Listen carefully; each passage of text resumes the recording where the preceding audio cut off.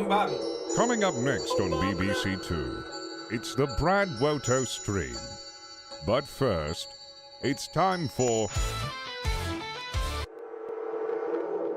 Coming up next on BBC Two, it's the BradWOTO stream. But first, it's time for... What? Coming up next on BBC Two, it's the BradWOTO stream. But first, it's time for... What's under the orange flannel? Coming up next on BBC Two, it's the BradWOTO stream. But first, it's time for... What's under the orange flannel? PB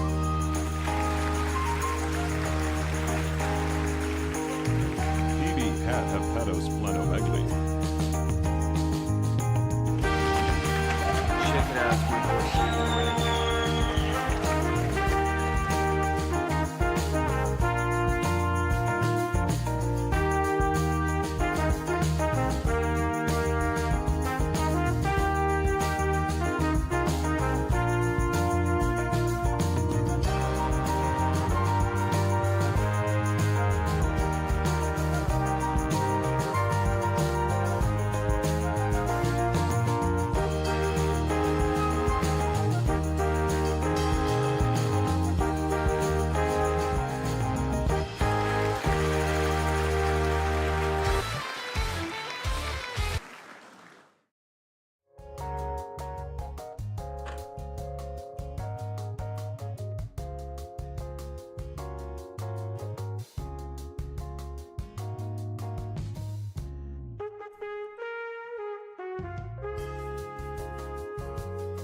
What's under the orange flannel? Ass.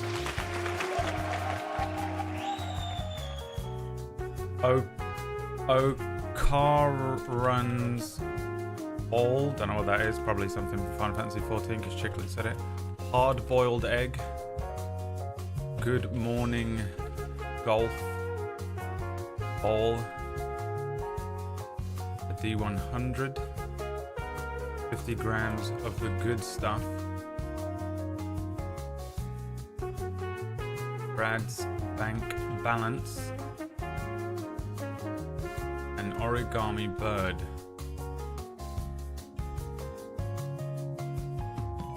Team.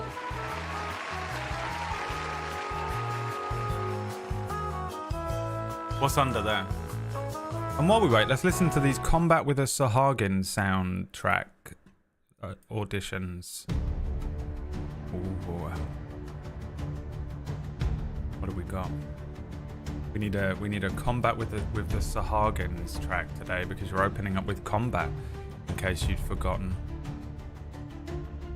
Sounds very Pirates of the Caribbean, very good. Water.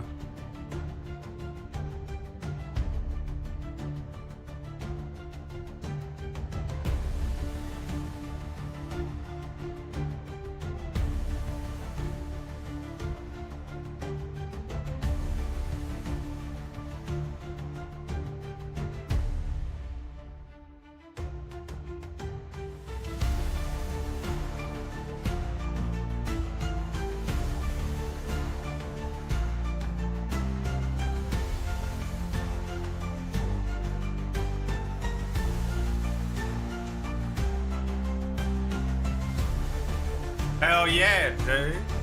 Pretty good. You think it's either Ocarun's ball. I don't know what that is. Or 50 grams of the good stuff. Let's find out.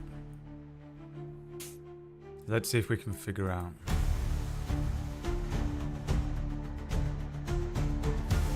What's under there?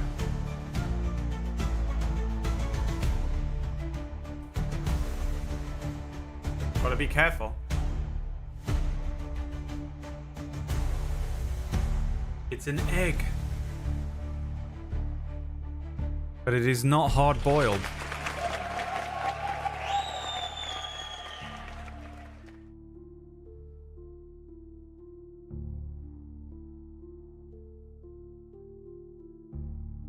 Alright,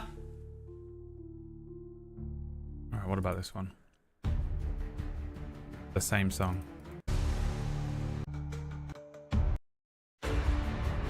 The same song.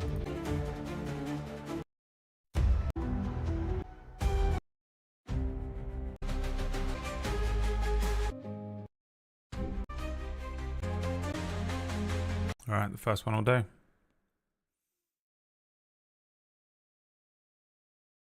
The first one will do. Oh, I have no music playing. Come on, man. Get your shit together. Come on now. You come here often?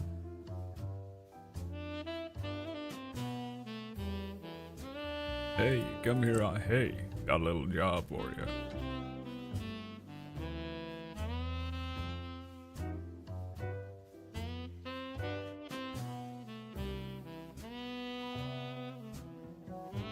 The egg is real. It's a real egg. Has Brad not seen Dan Da Dan? No. I think it's on my list.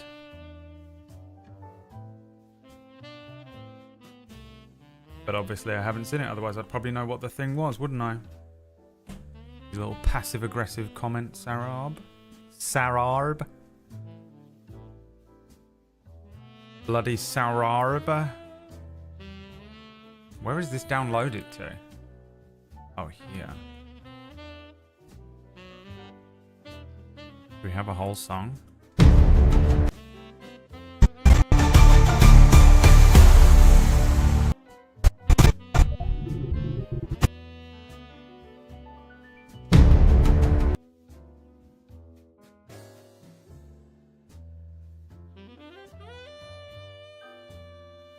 I don't think this is going to be a successful song, but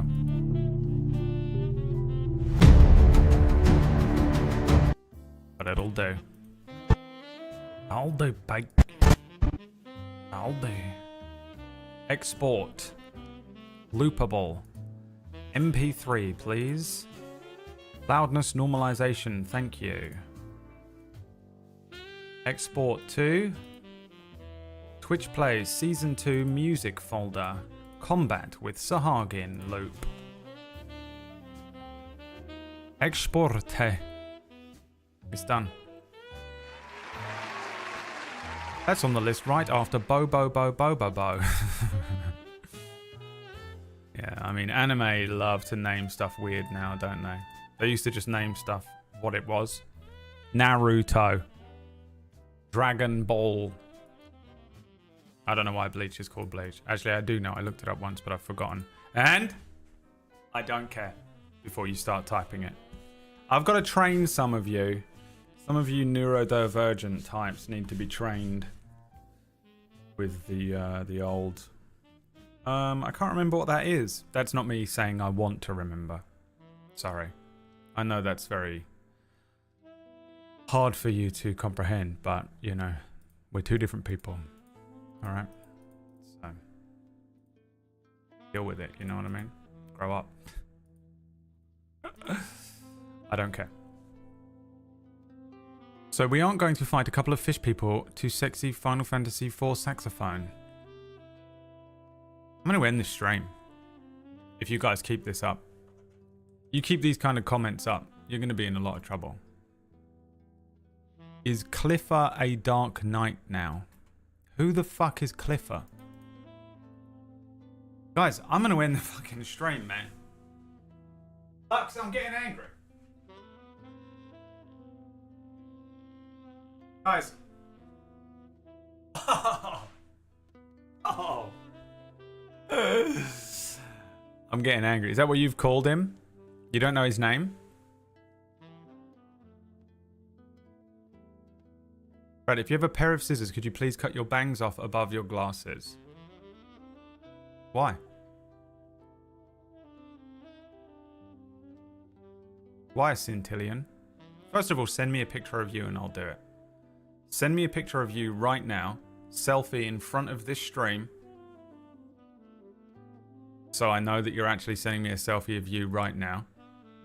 You send me that anywhere, I don't care where you send it to. Send it to the email, send it to, put it in the Discord, send it to me in a DM, Send it to me on Twitter. I don't care where you do it. Upload a link to Imgur and post it in here. You send me an image of you right now. And I will cut off that fringe bang. Live on stream immediately.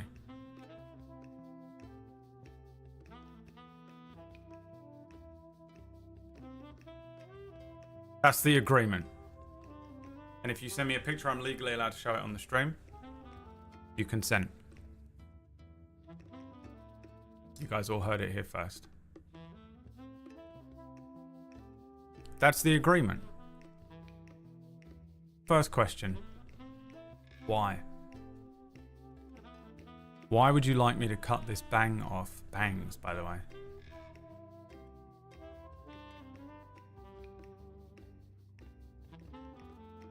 I can tell you one thing about Centillion. Centillion, I reckon... Let's have a look at a world map. Look up a world map real quick.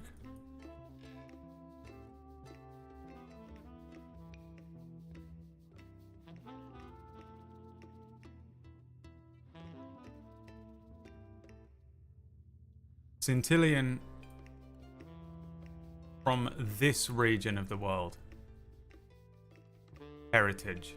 Maybe here. Here. Somewhere between Turkey, Kazakhstan, Afghanistan, down to Yemen. Heritage. At least. Minimum. Tell me if I'm wrong. No? Okay. Then you're American. Because you said bangs. And you've got to be New York or LA. No way you're Middle America.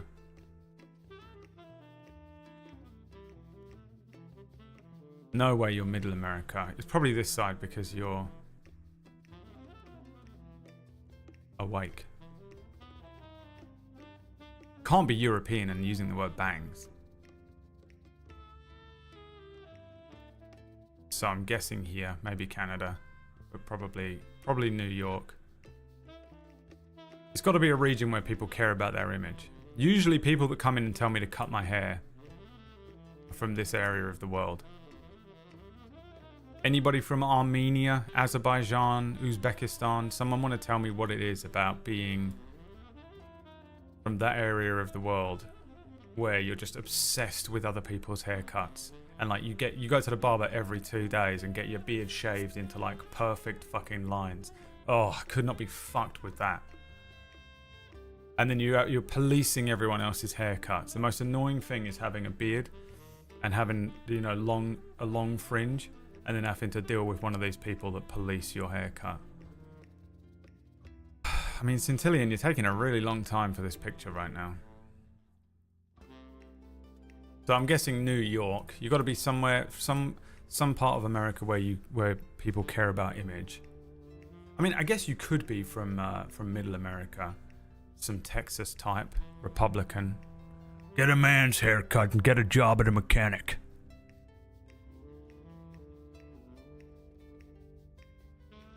I'd be surprised if you were in my audience for as long as you have been, and you're from, you know, one of those states.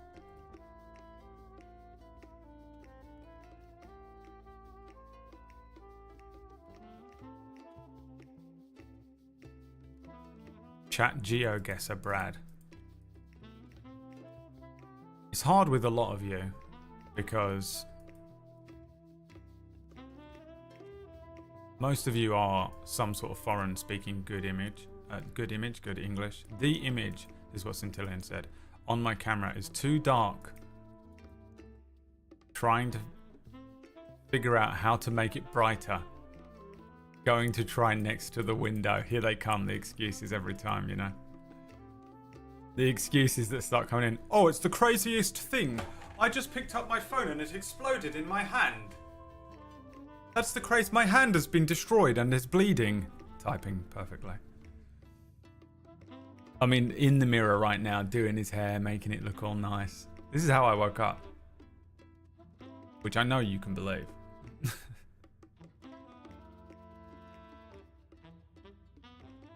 I just don't want to wear a hat because I have a bit of a headache. I've got a little bit of a headache, and I was like, if I put a hat on and then these headphones, it's going to be like someone fucking crushing my head like that. I didn't want to do it. So I was like, ah, fuck, I guess I'll just have to hope that I don't look like complete shit. Which, I mean, most of the time I do. I mean, the worst thing about this medication is it made my hair fall out. So I already had thinning hair and receding hairline. Let alone, I didn't have the hair to lose. I lost a bunch of weight, lost a bunch of hair, tooth fell out. It was fucking crazy, dude. Choked up a lung. I'm running on one kidney. Lost a leg. It was madness. Scintillan's calling his boy right now. Hey, you're a model, right? Can you come to my house right now? Put on this website, twitch.tv/BradWOTO, and then just take a picture of yourself in front of that, quick. Oh, taking way, by the way, you've taken way too long already. Absolutely in the mirror in the bathroom. You know? Comes in here and judges the way I fucking look. Oh, but we're not going to show what you look like? You're not fighting fair? You don't want to fight fair? I fucking roll up onto this fucking screen every day. Some days I look okay, some days I look like shit, but we're going to fucking poke. You going to poke? I never upload stuff from my phone. Oh, here they come. The excuses every time, man. I want to fight fair though, huh? Oh, it's a bit scary now that we're all going to look at you, isn't it? Oh, how the tables turn. The moment I fucking just put you, any of you, into the exact same position I'm in, I haven't even done anything. I haven't said anything about how you look. I haven't said a fucking word. All I've done is just swap our positions. And the fucking fear. The way the shit starts running down your legs. God, you people are pathetic. You think I can't defend myself? If I could instantly post my picture on the stream, it'd be done. Yeah. Oh, dude. The shame of it in 2024, dude. Hasn't got an iPad, hasn't got a phone, hasn't got a webcam. You got nothing. Yeah, sure. Pull up a PSP, dude. What are you doing?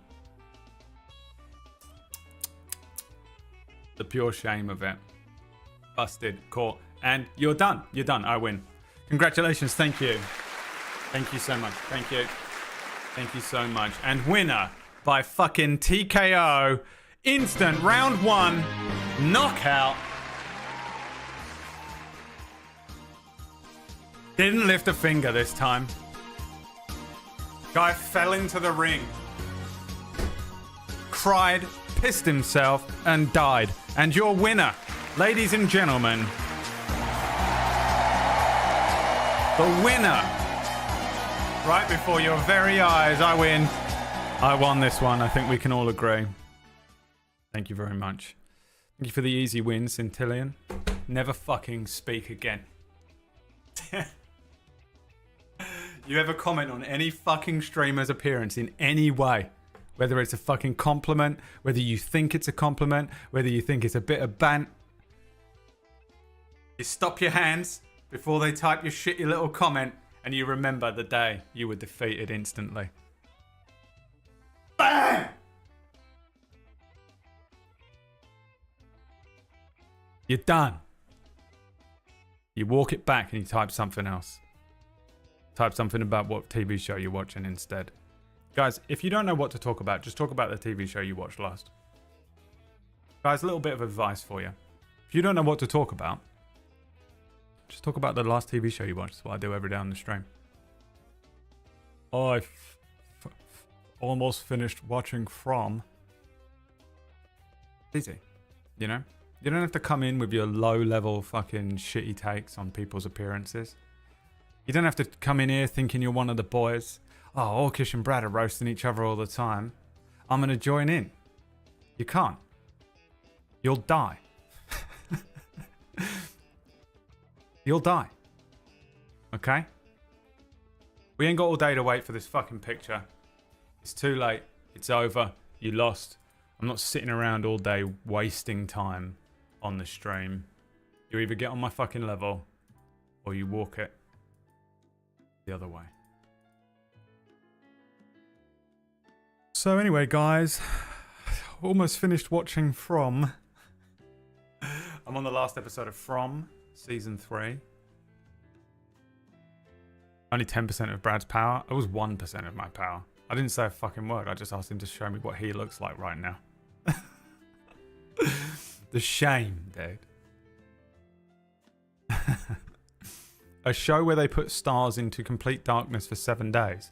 Kumagi, stars are always in complete darkness.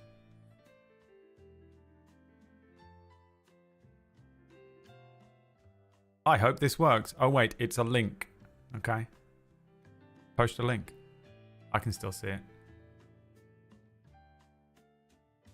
Speaking of, I spent the last 2 weeks binging Cura, Brad, and I've been really enjoying it.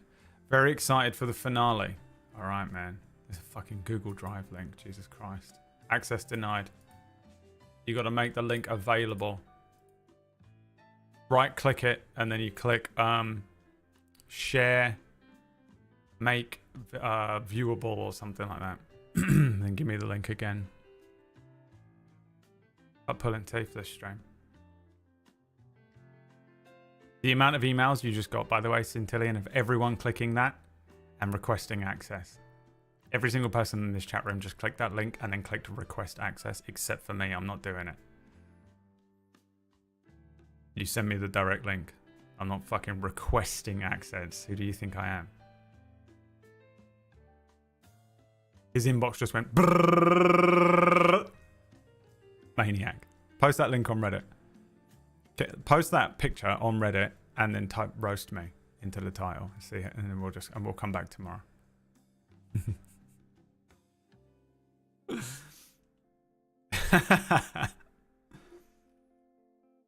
Trying to get Brad's Gmail. I mean, I could just log into the Streamail, which I use for like PayPal and everything. I guess I'm not going to do that. Can't be bothered.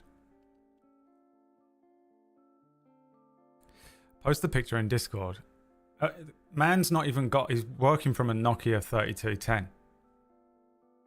Man's working from that fucking Nokia that twists. He's got the first phone. He's got a cup and some string that's attached to a Wi-Fi box outside. Do you think he's got fucking the ability to upload a picture to Discord? Isn't it nuts how everyone that comes in and does this to me, when I say post a picture, they don't have technology. No one has technology. It's the craziest thing. I literally just assume everyone in the world is a cyborg and has at least a sort of relatively modern phone that can access the internet very easily.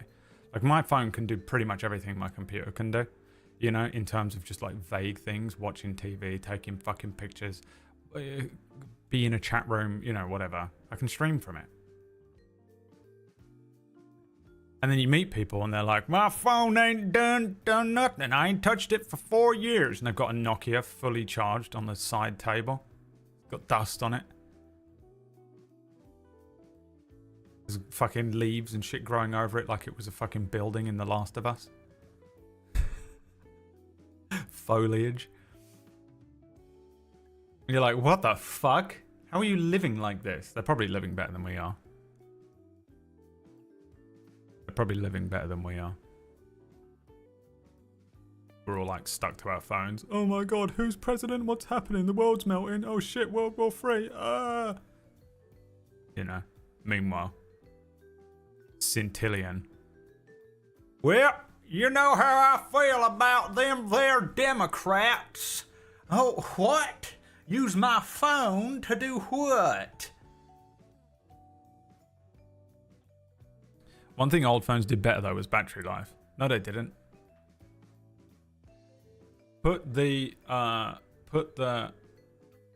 battery of an old phone in one of these new phones. It wouldn't last 2 minutes. Get out of here. Think about what your phone can do now. It's fucking well impressive it lasts for 20 minutes, let alone a day. My phone lasts about a day. Unless I'm on it. If I'm on that thing, like traveling, it's got a couple hours. Arcane through that thing, especially with TikTok and shit. If my traveling is spent being on TikTok and I completely forget, it's over. There's nothing worse. You're going somewhere else on a train or whatever. You look down and you're like, oh, I'll check a couple TikToks. An hour goes by and you're on 3%.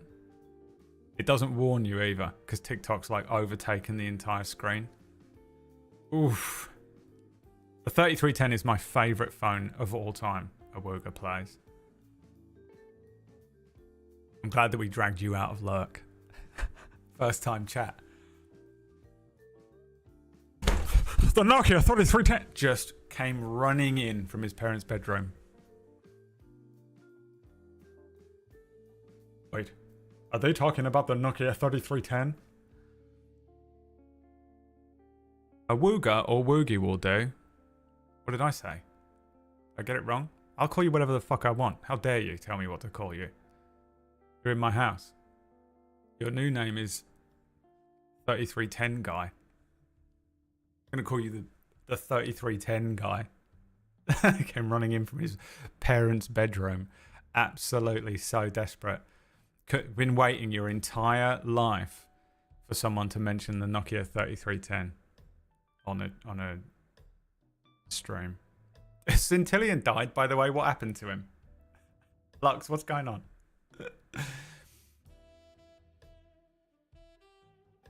Centillion knows how to use Google Drive, but doesn't have a phone. Suspicious. My new name is whatever the fuck I want. Okay, yeah, change it. No, don't. My Mr. Plays was my father. Unlike the 3310, he died, yeah. I also like the 3210. Nokia 3210. Everyone sort of, I think, naturally evolved from the 3210. What was the one before this one that was kind of flat? It was kind of a flat version of this.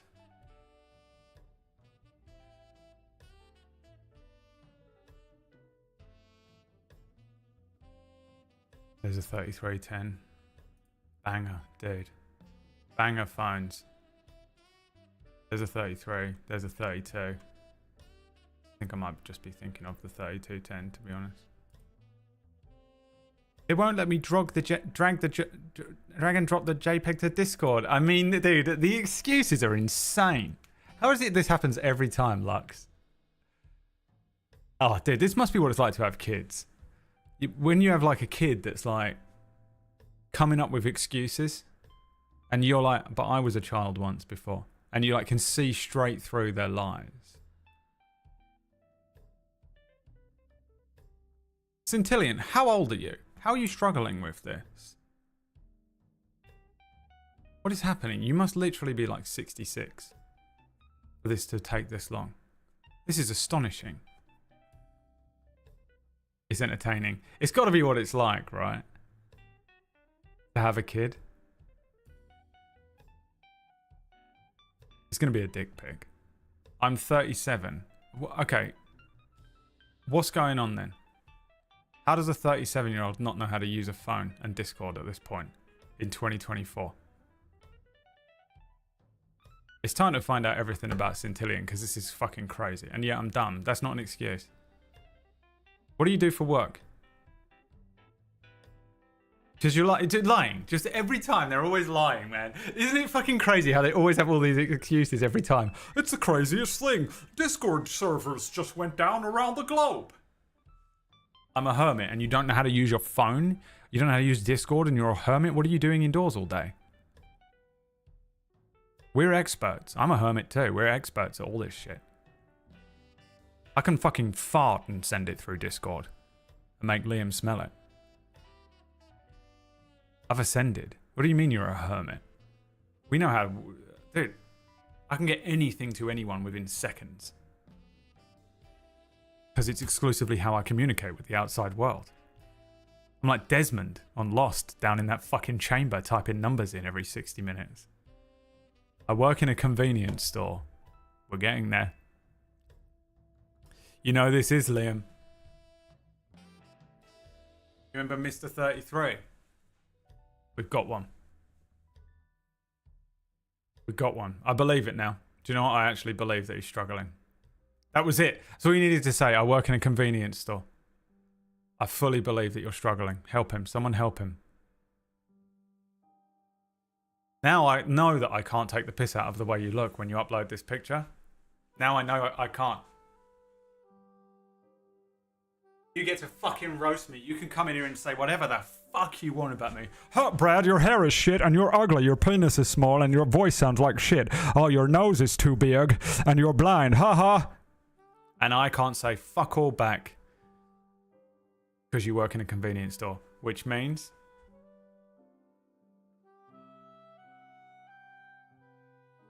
doesn't it? Oh, you want me to say it, chat? You want me to cancel myself? No. I can't do nothing now. I've just got to go, oh, you look really good. You son of a bitch. You fucking bully. I can call you a bully. I can't even call you that. You got no social skills. You're just... I just need to shut the fuck up and go, really nice picture. I really like what you've done with the wallpaper. And then I have to look at my friends and be like...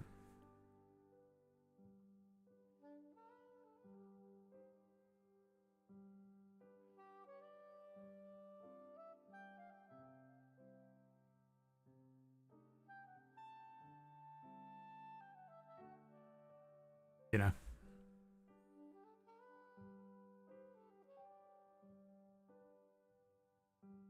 We've walked away since Haken you trim that bit of hair.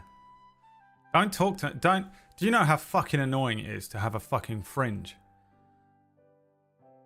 And then you speak to people who don't have a fringe. You know? Every uncle at every fucking family gathering. You know? Fucking Justin Bieber came out. That was it for fucking years. Then you become the emo flick guy.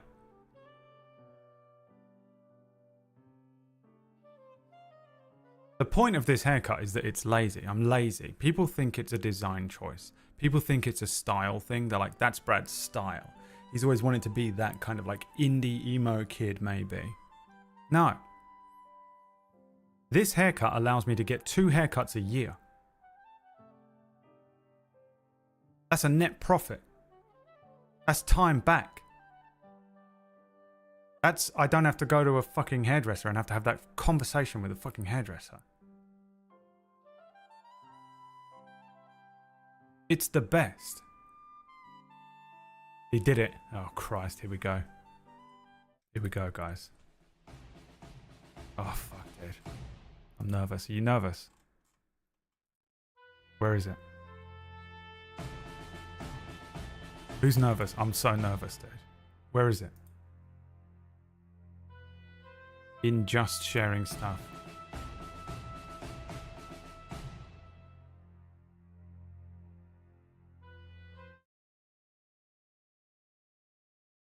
Oh, bro. First of all, we don't know if this is you. Because I said take a picture with the stream in the background so we know. This could be anyone. He could have fucking Googled this. This is the guy.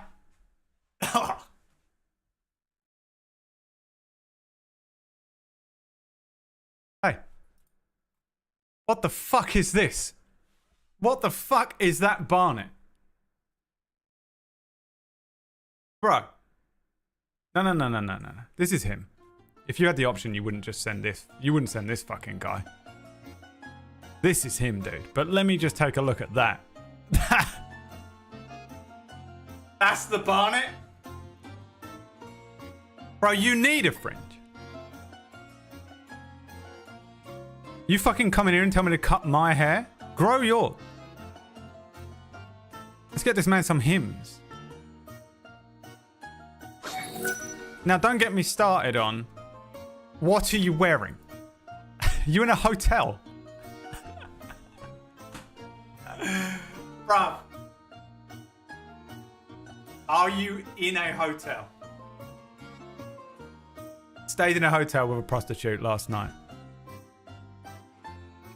Stayed in a hotel with a prostitute last night. Thinks he's a big man on campus. Thinks he can show up in here and tell me to get a fucking haircut. Sitting there in a fucking bathrobe that he stole from a motel. Looking like Dracula just got a divorce. You motherfucker, how dare you? How dare you mention my hair with a barnet like that? You fucking son of a bitch. Dracula 6 weeks after the divorce. Eating a bit too much fucking chicken. I told you to get a pair of scissors, not a haircut. And what am I supposed to do with those scissors? What would you like me to do with those scissors? You ever fucking mention my hair again, you motherfucker. You son of a bitch. Dude, I can't believe you struggled so much to upload a picture of yourself. I thought we was going to get like a... You know how photos look? Photo quality. Nokia 3310.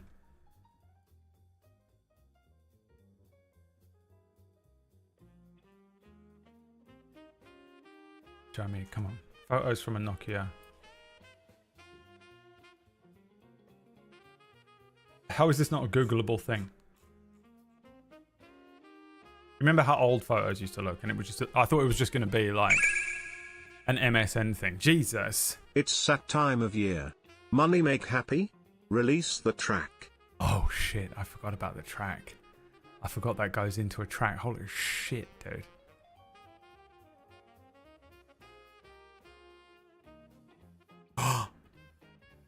It's close, baby. It's close. $500.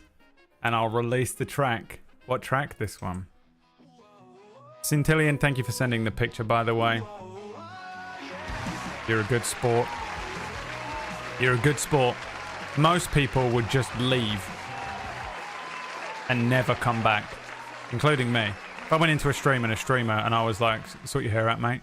If I went into a stream and said to a streamer, dude, I'm way worse to streamers the things people get banned for in here, I do on a daily basis. If I went in into a streamer and was like, bruv, cut that fucking thing off the front of your head. And they went, send me a picture of what you look like right now, I'd be gone. I'd have been out. I would have left that stream, unfollowed, and never come back. Good sport, Centillion. I'm glad that you received a sub. Who got him? Shadow, well done. You're a good sport. That's scary, right? Scary, isn't it? Getting up here in front of all these people every day when you look like shit. Nah, you look alright, mate. You look normal. I was kind of pissed off that this picture showed up and you just look normal. I was hoping you'd look like a fucking creature from the deep. Genuinely was hoping that the thing that came through would have been this monstrosity. Like something from a fucking Marvel villain comic. You know? Just a normal bloke. Fuck. Fuck. Bubu sent a selfie as well. Hottie. You want to get roasted? Is this what you're doing?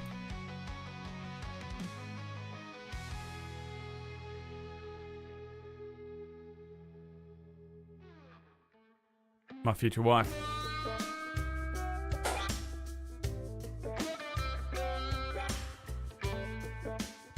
Future wife.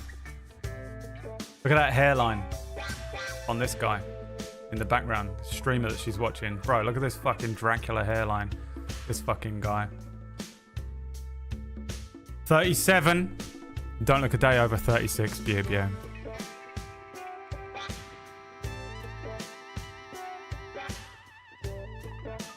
Quick, get the fucking CIA on it. Find out. Geolocator. Find out where she lives. Langley. Sent directly from Langley.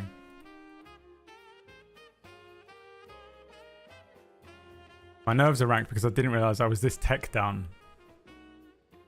I'm glad you had a panic attack. And I don't say that lightly. Because I don't wish panic attacks on my worst enemy. But now you understand the fear. The heart, the old heart gets going. The Bew. Bew's like, someone gonna say something, someone gonna say something. The thing is, if I'd pulled either of your pictures up and someone in the chat had said something extremely awful, then you'd really know how it feels.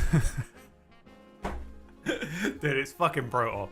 You have to bear in mind, I've been doing this for fucking years. There's really nothing that you can say anymore that really gets to me. Every now and then, obviously, people will like strike a nerve or whatever.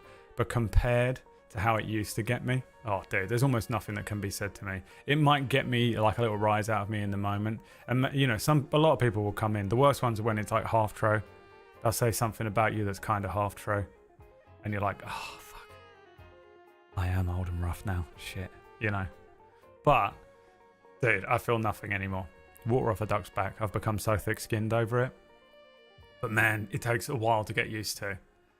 You can't just be fucking uploading pictures of yourself on the internet in front of, like, you know, a chat room of people, and then someone just comes in and just goes, bang, this thing that you're incredibly self-conscious about, and you're like, it's crazy. And then, you know, like, you kind of get over it, and then a week later, bang, another comment. Oh, you got fat. Horrendous. It's scary. It's scary. It's very scary. If you don't get scared by that, you're a sociopath and you'll do really well in this industry and should probably start streaming. A bit, but not too bad, thanks Lexa Pro. Yeah, but you've got to deal with the, like, you've got to deal with later on as well. The rebound that comes back at 3:40 a.m. No, I'm kidding. I mean, no one's going to be rude to you in here. Probably. I mean, if they were, we'd destroy them. But obviously, it's still scary to do. You know? Just keep doing it until someone says something awful. I mean, I'm sure I could come up with a pretty good roast if I really wanted to go in on both of you, but I didn't want to. I don't do that anymore. I'm not evil anymore. I've changed. I can change. I can change. I know I've been a dirty little butthole. Who wants to be the next one showing their selfie to get exposed on stream? No, don't do it. Don't do it because I can't be trusted. Don't because I can't be trusted. I'll pull something up and I'll give you like a 15% power roast, and then that's it, man. I'm bullying, you're crying. It happens every time. People are like, "Hi, it's so funny when Orkish and Brad are like slinging insults at each other. I want to join in, say something about me." And then one of us will be like, "Okay." The tears, dude. The crying shit. Just the fucking, "You're bullying me." They start pulling out every card they can. Tweets, Reddit posts and shit. "You don't understand. I'm suffering because I have depression and I'm autistic." And you're like, bro, you fucking came in and you said you wanted... you know, they start pulling out every card they can play. And you're like, this is unbelievable. It happens every time. You can't actually engage that shit. People don't realize they can't handle it. They don't realize they can't handle it. You think you can handle it, and then you realize, oh, the only reason me and Orkish can do it to each other is we've been up here for years. You've been in the ring for years, dude. I've been doing this since like 2011. Me and Liam uploaded our first video immediately. Comments on YouTube. Fake and gay, you know. And you're like, "Oh, I'm not gay. I'm not. I swear. I swear." Turns out. Me next. 3 seconds later. "I'm never coming back, and I'm special, and you're a bully. I'm reporting you." Every time. Every single time. It's hilarious. Without fail. Part of me realised it was a rude comment for sure. If anything, it just shows I'm too superficial. Judging on your picture, you're not. Oh!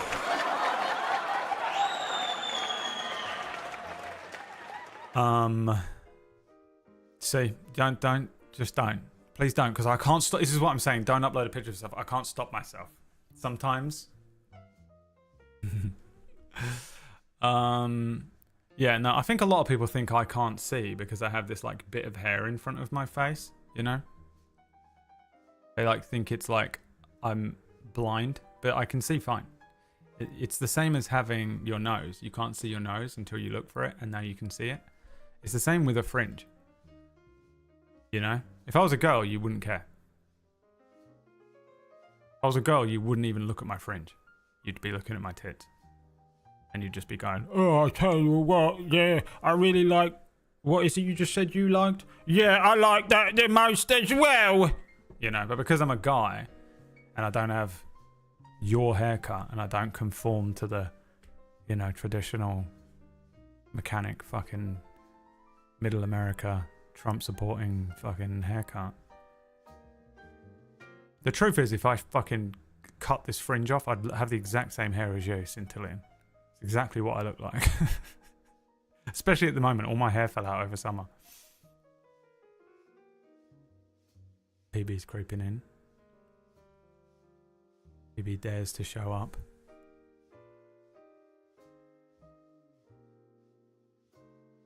I think it's just my own OCD or something. Yeah, I mean, the best thing to do is to assume that absolutely every single person in my life over the last 20 years has told me to get a haircut. Every single time I've ever met them.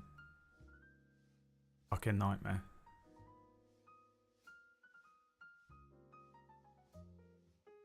I'm going from this to bald, by the way. Could be any day. There's no transitional period. Because once you have a fringe like this, you can't just go to a normal haircut. Because if I was to just cut off this amount of hair, right? Like an inch here, it looks like I have an enormous forehead because no one's ever seen it before. But the truth is my forehead goes up to a normal height, and if I was to just go to where my actual forehead is, it looks like I have a fucking 5 head. I look like Orcish. You seen the size of his forehead lately? Dude, I logged into his stream yesterday. I couldn't believe what I was looking at. It was like a drive-in theatre. And then you tap onto that, the fact that I am, and have been for years, a vampire. I've got the Vegeta fucking hairline. I'm old, man. I'm pushing 40, dude. I've never had a good hairline. No guy in my family has got hair. Every guy on my mum's side is bald. My twin brother, his hair starts on the top of his head like a fucking Shaolin monk. But the thing is, I can't just like naturally just let it recede back, which is what would happen. Everyone just goes, oh, you look a little older. You know, he's older now. Because I've had this fringe forever. So it's like this double... It's like double impact, what you get from this thing. Horrific. Same, I'll have to take a razor or finance new hair. Yeah. Well, you can afford to finance it, apparently. I don't know if I said thank you, by the way, because I was in the middle of the Centillion bit. Horace with the absurd donation, by the way. I don't need to play D&D today now. You're going for the Final Fantasy 16 hair Barnabas. I'm not. I just don't really have a choice. I just have very little choice with hairlines at this point. I just have to go full Vegeta. Gotta go full Centillion. Once you go bald and you hit your head, it really hurts. Oh, really? I mean, I hit my head, dude. It was not long after me and Emma broke up and I was getting used to being in the house by myself. And like, I had this new fear that I was going to injure myself and no one would know. And I would just be left to die, right? Because I don't have like, now I do, but when I lived in the old house, I didn't have anyone that lived nearby. So I was like, if I just hit my head and die here, I could be like laying on the ground for fucking hours. No one would, you know, I could just be bleeding out.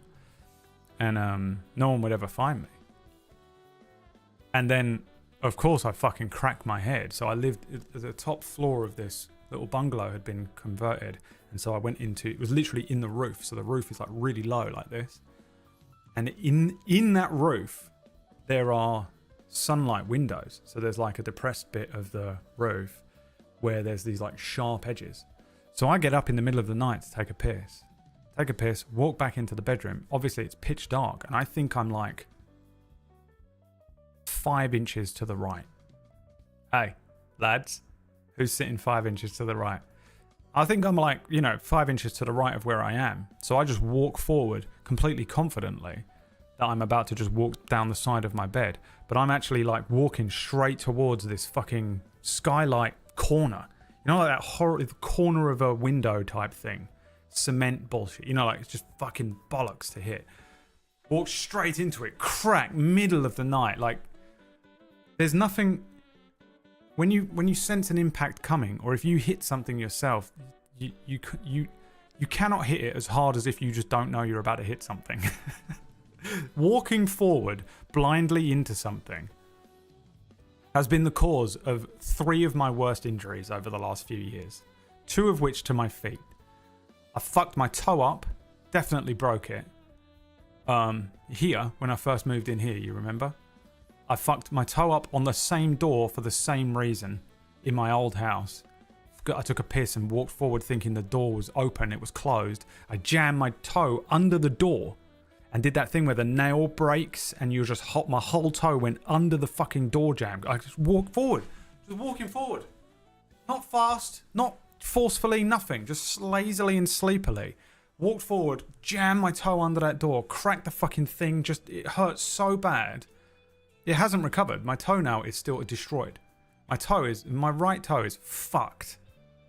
I don't know if it's ever going to come back to looking normal again. It was years ago. It was like 2 years ago. And yeah, and then there was that night I cracked my head on this fucking stupid skylight thing. It hurt so badly.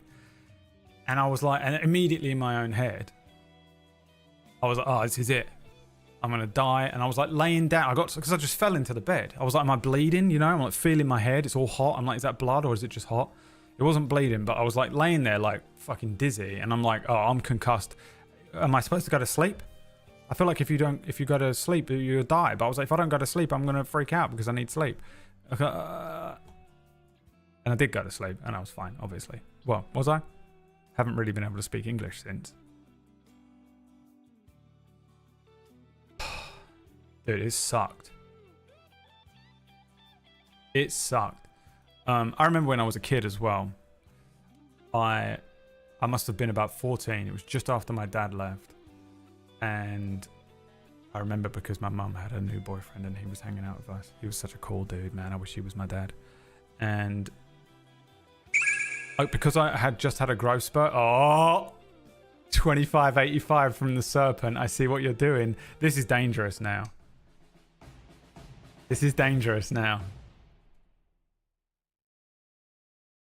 Because you got to be careful. You got to get that dead on. If 2 people donate $20, you're fucked. Remember when Aston... Oh! As a thank you for not roasting me. 30 seconds.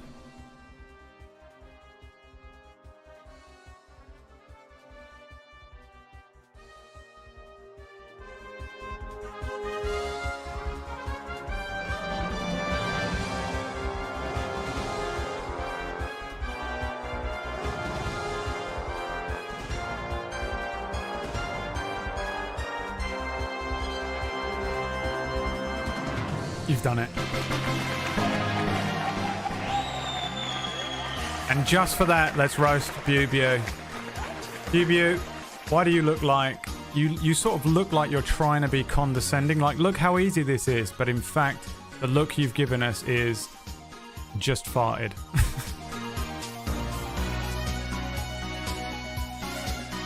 Trying to be condescending.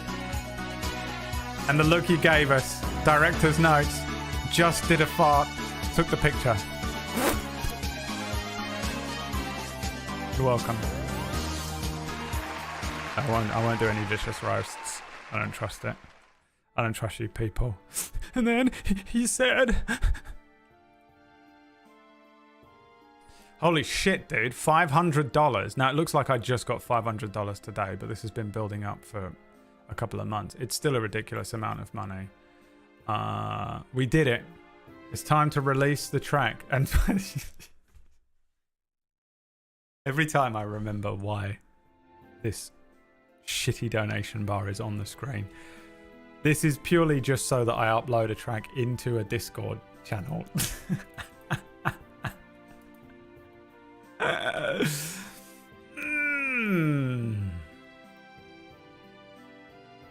Looks like a drive-in movie theater. Dude, it did. Let me upload the... Here we go. Dragon Age. The Veil Guard. You guys earned this. You guys earned this. I hope you're proud of yourselves. Well done, you. Well done. Can we get a little pat on the back? A little pat on the back, everyone. Because you've done really well for the low price. Guys, for the low price.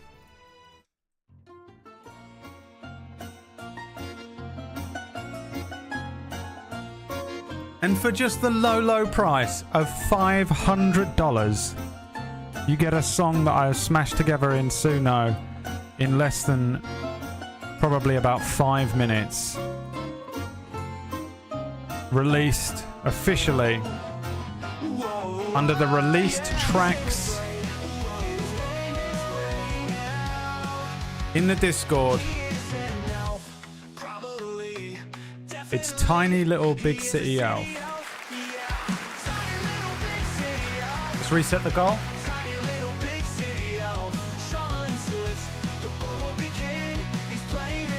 I guess by the time we get to the next 500, we have to hope there's another song to release.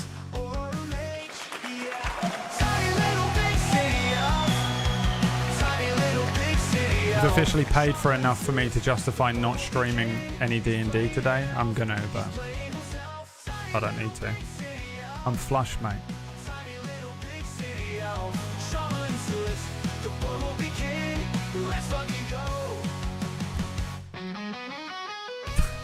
I feel sick. I'm gonna throw up, but I have to pretend. I have to pretend. All right.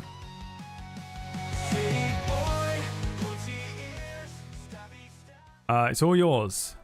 All the tracks are now going into the released tracks part of the Discord, and I'm actually impressed.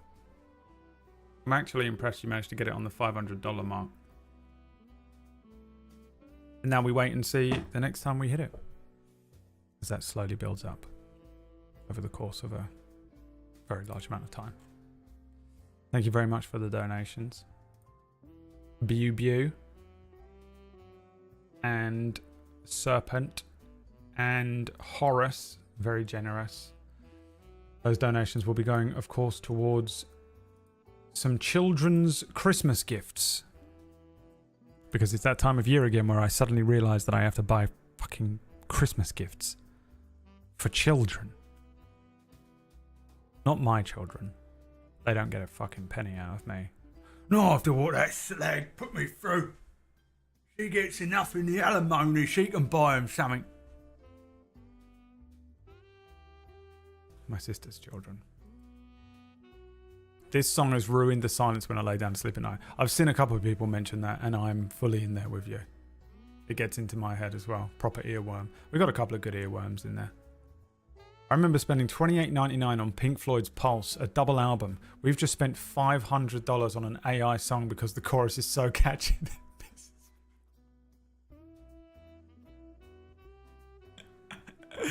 It's disgusting, but I think it's also a very good commentary on the state of streaming, really. Have you seen some of the shit that people will pay for on this website? Honestly, the last 2 streams I did alone, not this one, but the last 2. The Jaeger Minty Water one and whatever the fuck was going on Friday, easily worth all that money, I'd say. As just an experience for all of us.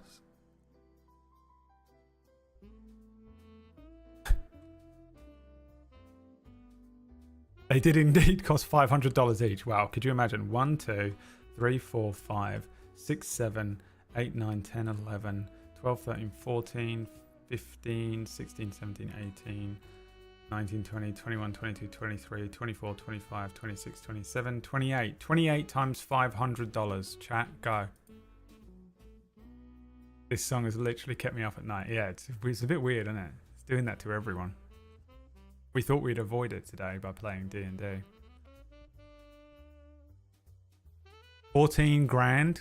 God, if I'd made 14 grand off of these Suno songs, I'd never be able to show my face on the internet again. I'd have to kill myself. I wouldn't be able to handle that level of guilt. Some people would just be perfectly fine with it and just carry on with their life. It would fucking cripple me. But then again, also, if I had 14 grand, I probably wouldn't stream for a year. Pull a PB. Just pull a little PB. Did Jaeger survive? We haven't heard from him, so I'm guessing not. He's for sure in a hospital somewhere. What? So offended. So unbelievably offended. Because you've only streamed, what, once this week? I'm going to take it so personally. She's typing, what, block caps, typing so fast. Keyboard smashing. Look at her, look. I'm forcing myself to stream it every day.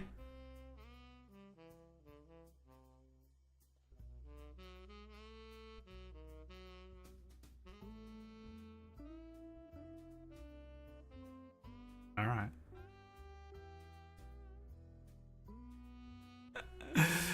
I mean, what did I say? No more jokes. You can't tell jokes at work, basically. Don't make jokes towards PB. She's on 1 hour of sleep. The only thing she's eaten for the last 3 days is like half a bar of chocolate that she found under the sofa. She has no idea where she is right now. She thinks she's in the room and everyone is around her talking to her. Doesn't realize she's fucking typing. She's had nothing but a frog gummy candy. Are you sure? I don't think you have had a gummy. You need to fucking calm down. Histrionic. I mean, Jesus, have another one.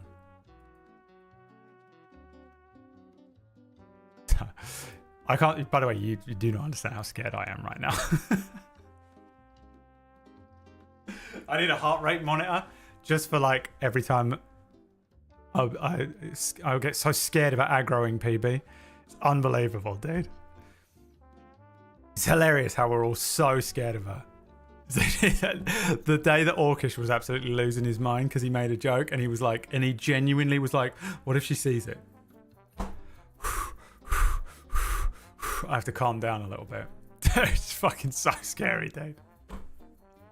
I need to sit down, man. Oh, that was a lot. Oh, I feel dizzy. I streamed once when Fallout 76 came out, and out of the 8 people in stream, the one guy saying, I don't like your voice was enough to shut it all down. Yeah, if you can get through the first 10 of those, you'll make it. You'll be fine. Jaeger woke up in Faerun, yeah. Where did this come from? Me? I don't think it came from me, no.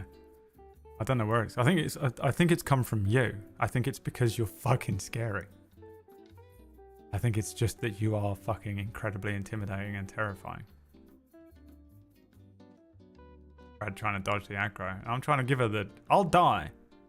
Because the thing is, I know that I will die one day because I gave someone the truth and didn't do the thing where I like sugarcoat it and lie. You know? Everyone is always lying to everyone about everything. And I don't do that. Which is a bit dangerous. A little neurodivergent maybe? Don't know. But I just say the thing. Because I'd rather live in the world of the truth. And if you can handle it, you can live in the world of the truth with me and we're going to be fine. But I live in the world of the truth. Where I just go, no. Unless I'm obviously actively lying for the meme. You know?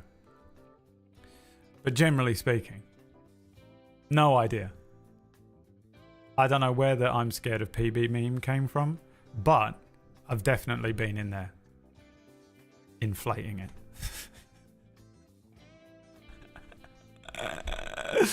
I mean, wherever it came from, I fucking took the ball, you know? The ball came in. I fucking, for sure, took the ball. But I'm pretty sure I didn't invent the meme. I feel like it's an Orcish meme. Not sure. Part of me honestly thinks it might be a whack meme. Look how scared he is right now. Dude, look how scared he is of PB. Is this a whack meme? I don't know, dude. This might have come from one of his early Final Fantasy 16 streams. I don't know where it came from. I don't know who started it, but we're all in there, man. Throwing the rugby ball down the line. Praying to God she doesn't catch up with one of us.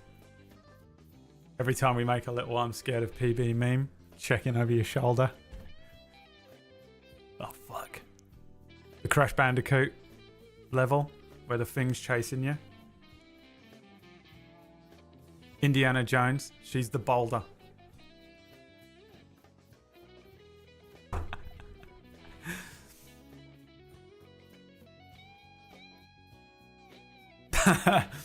Yeah, I think so, PB. I don't know.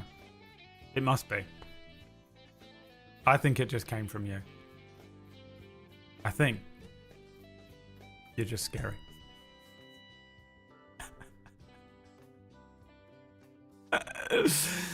Undertaker from behind meme, yeah. PB. Terrifying. Top 2 scariest. PB and Leah.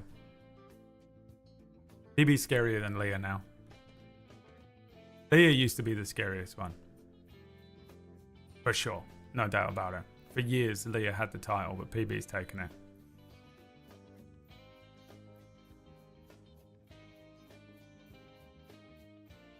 PB's scary because she's the impersonation of morality. It's like offending Jesus as a Christian. I think that may have been true once, but I think whatever she's become now is something different. She's a vengeance paladin, if anything. I don't think she's even that. I think she's just fiddlesticks.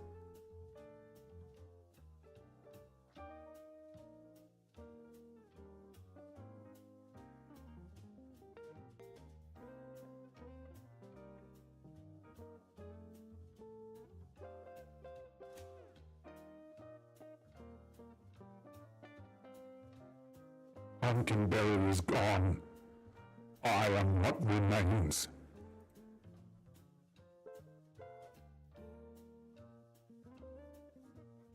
For real. 100%.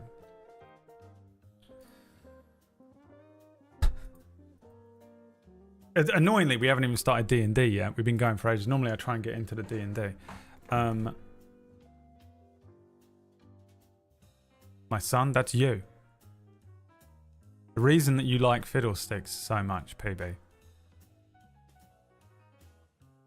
It's one of those scenes where we've watched this whole movie of PB where she's like running around in this. She's been living in this house by herself, you know. Beginning of the movie, Pumpkinberry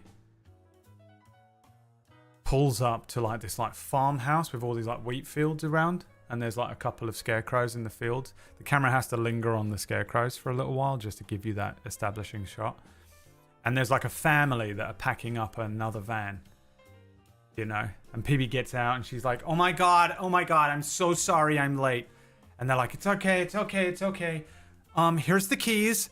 We did make some food and there should be plenty of supplies for you. If anything goes wrong, you call this number. You know. Internet's good, blah blah blah blah blah blah. And we'll be back in a week. And you establish PB's looking after the house, you know.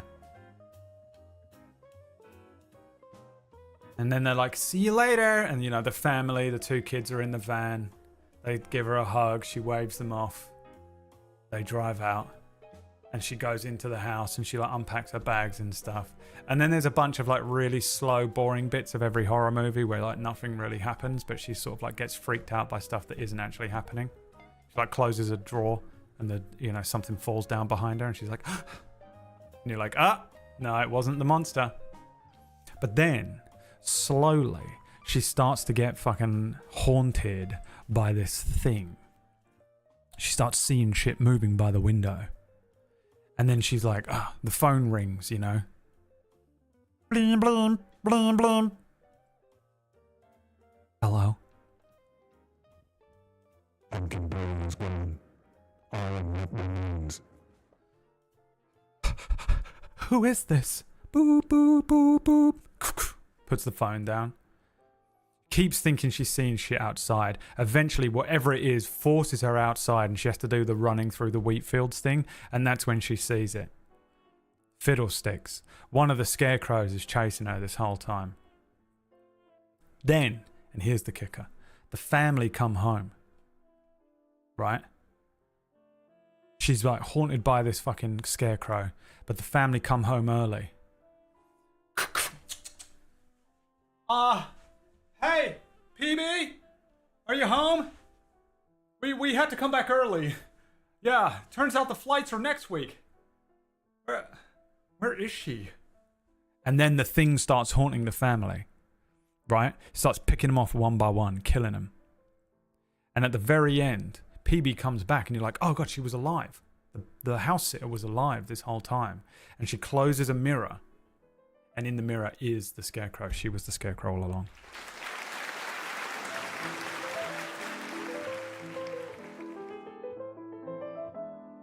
That's PB. Doesn't realise that she's become the fucking demonic entity that lives in the field. And also, that film would bang. That's a good film. I just made that up. If I just wrote that into a screenplay, I reckon I could shop that around. That'd be on Prime. I could get that on Prime. A second-rate TV actor in the main role. That's PB.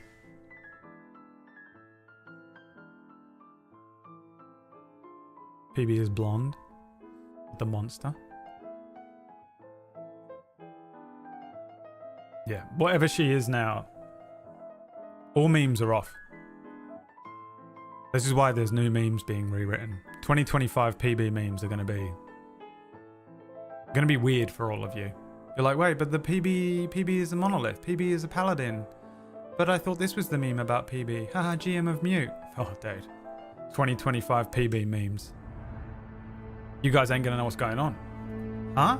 This hasn't been the meme for the years. But these are the characteristics of the PB memes that I know and love. Pumpkin berry is gone. I am what remains. Okay. I don't know. I didn't start it. But I will make the funniest jokes about it. So. I can't help it, man. The ball came in, PB. What am I supposed to do? What am I supposed to do when the ball comes in? If the ball's coming in, it's all I have. It's all I fucking have, man. All I have is taking the ball. Okay? You're like, oh, I can write things and I've got like, and I'm pretty. All I fucking have is the ball comes in, maybe I can say something funny. Don't fucking start with me. All you talented, all my friends are also fucking talented and hot. All I have is handling the ball. Yeah? It's all I have. But just if I make a meme about you and you take it personally, it's all I've got. Just let me have it. Fuck. God, my friends are so fucking annoying. It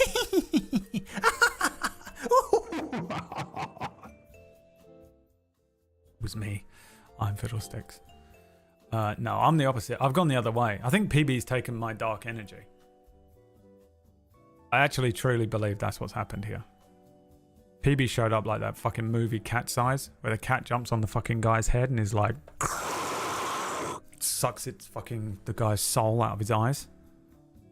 She did that. She took the fucking dark energy out of me. And now I'm like... sort of just normal. Nice. I don't really poke the bear that much. And she's become something else. Alright. Whatever. I'm done with the bit. That's the end of that bit. You can't tell jokes at work. I want to do something before D&D today.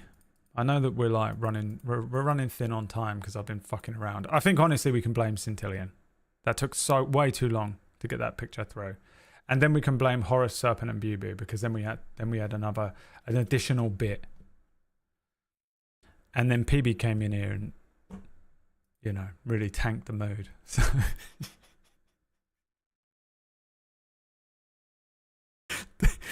I'm so scared. That feeler really came in and tanked the mood. So the oh fuck, dude, that made me laugh so much. It made me break character in D&D the other week for something similar to that. I actually broke character during Cura. I rarely break during D&D. I just let them have their yucks. Tank the mood. Dude, there's nothing worse as well, man. If you get fucking accused of bringing the mood down, oh, dude, it's over. No.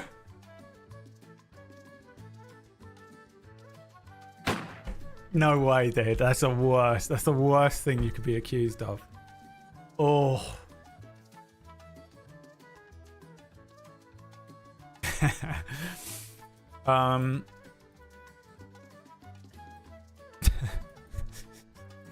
What I wanted to look at for D&D. Let's play a little bit of D&D. I ain't playing that much D&D today, I guess.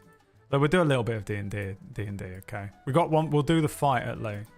Well, this was fun. PB just fucking so absolutely not in the mood for it today. Has had fucking 3 hours of sleep over the course of 2 weeks. Barely conscious. Fucking losing her mind. So emotionally exhausted and drained. Wanders in. Hello, my friends. I was really looking forward to watching you all play D&D today. Fuck my leg!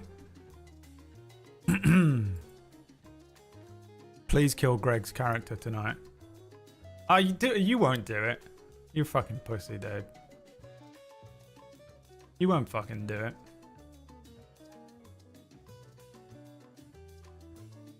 You won't fucking kill him, dude. You can't be bothered to... You can't be bothered to fucking get some new artwork. I've run a table story show before, halfway through a show. To get new artwork halfway through a show? You out of your mind? Get out of here, dude. Sometimes, and I hate to admit it, that is a reason I won't kill someone. I'm like, and the wolf comes down and bites your throat. And then I'm like, oh, fuck. Episode 47. Luckily, the turtleneck you're wearing is thick enough to stop that from being a killing blow. And it does 54 damage. Fudging rolls to keep the cost down, yeah. And you know why we have to keep the cost down? Because we're scared of PB. You spent fucking how much on artwork? God damn it. I can't believe that you've done this. I can't believe you've got 4 characters in your show and I've got 57. And I got artwork for all of them. And you gotta get a new character? God, every show, dude.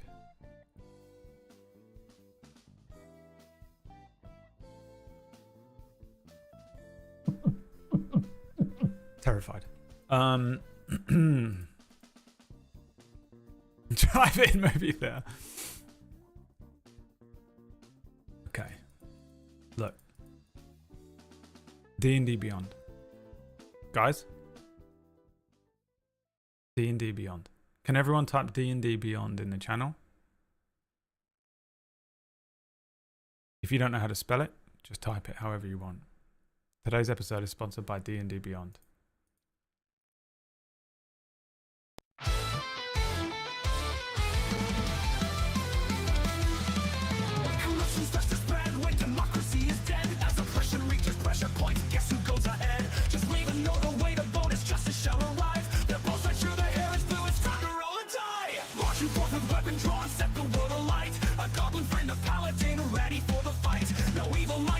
Kind of tricks or shootery. Rise, Leary, rise. It's time to claim your victory. Fight, fight, fight till the fight is won.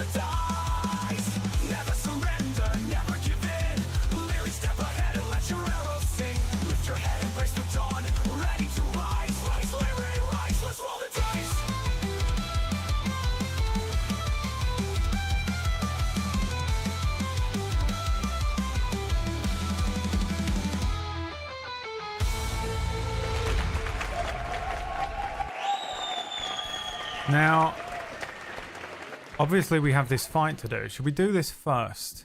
I think we should. I think we should. Because I think you're probably going to level up if you win. And if you die, we don't need a character sheet. Yeah, you got 823 XP out of 900. So if you can defeat these guys,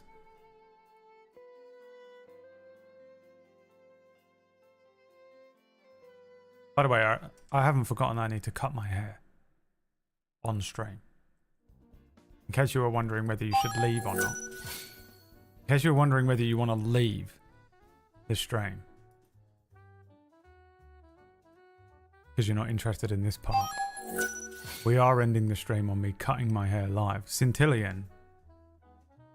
We had an agreement, and I'm a man of my word.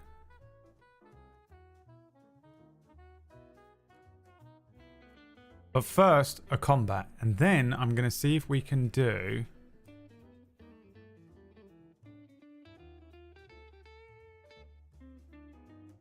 a D&D Beyond sheet. Now, the question I have, and you have until the end of this fight, and don't answer it before.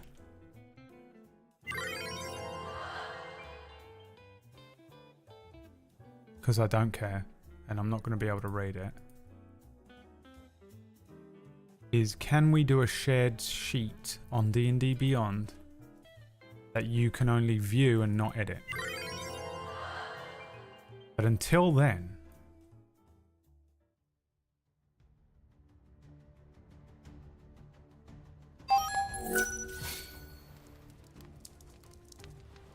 we have a combat to face. Now, you do already have one wheel spin.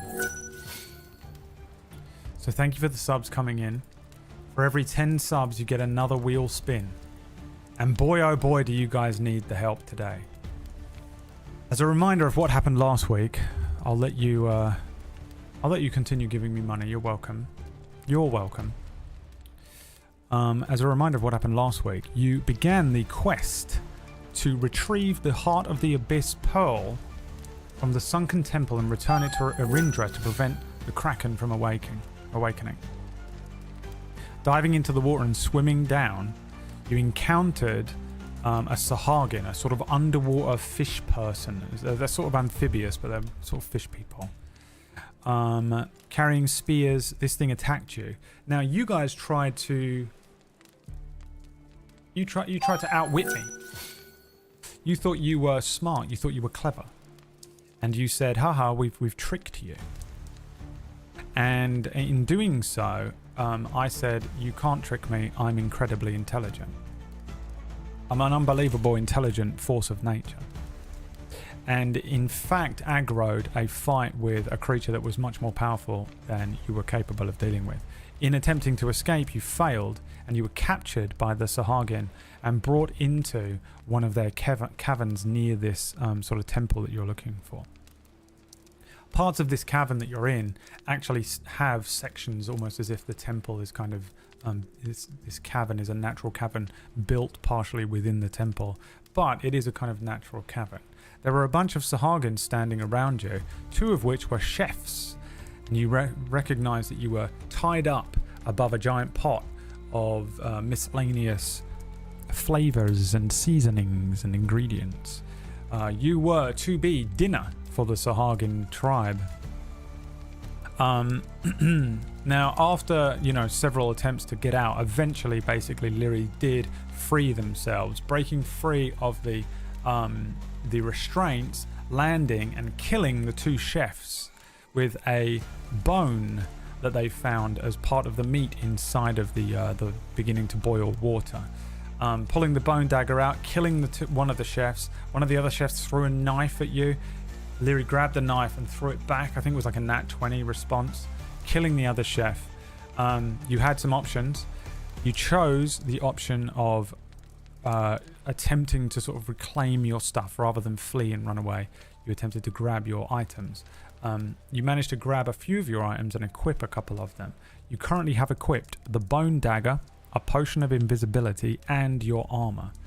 So you those are your only options when it comes to dealing with the fact that there are 2 Sahagin that come running across the room here. 2 Sahagin guards. These guys are actually more capable of fighting than maybe the Chef Sahagin were. They come rushing forward. They have spears. They leap over this rock, landing next to Lyri, and that was where we ended the session, as Lyri is about to fight these 2 creatures, you know, sort of partially equipped, but not with everything that normally Lyri would be equipped with. You also do not have the added boon of a companion down here. You're on a sort of solo mission. The 2 Sahagin landed next to Lyri, and that was where we were going to roll some initiative. So the first thing I want to do real quick is just... I gotta get the dice. The dice up.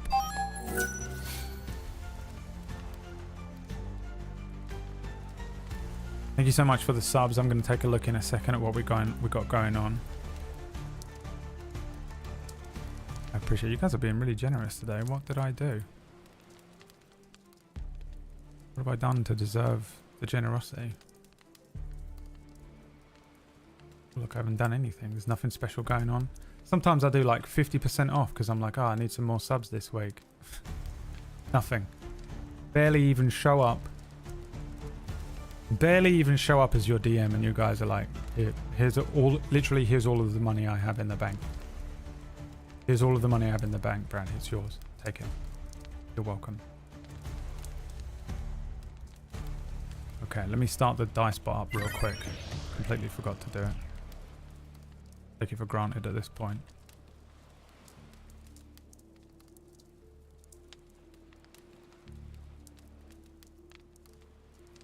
Let's see what we've got going on. De Jure is here. Thank you for that Twitch Prime. New first time subber. Durky Dirk, thank you for the 2 gifted sub. Femor, Anonymous, Debiru. Horace, did you just get paid? Just won the lottery. Q Margie, thank you for the 5. David, thank you for the 5. I hope you've been taking your medicine, my friend. Gochila, thank you for the resub, 76 months. Amity, thank you for the 46 months. Nayanar, good to see you, me old pal, me old buddy. Shadow and Lux creeping in. My beloved mods. Thank you very much. So you have earned an additional few... What is that? What number is that? I can't fucking see anything.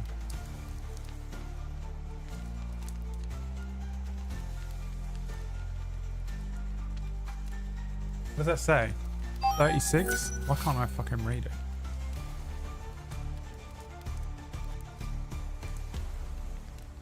$56? Jesus Christ, really? What the fuck? Holy shit.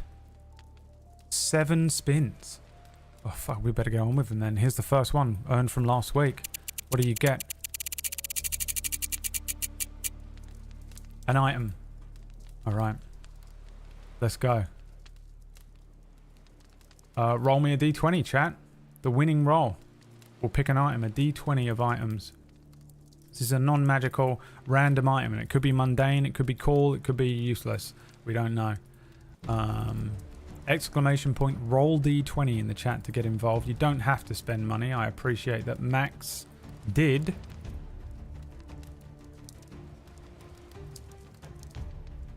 Every 10. That was a 2. We'll take the first one today. My voice is going, isn't it? Fuck. A large fang belonging to some unknown beast.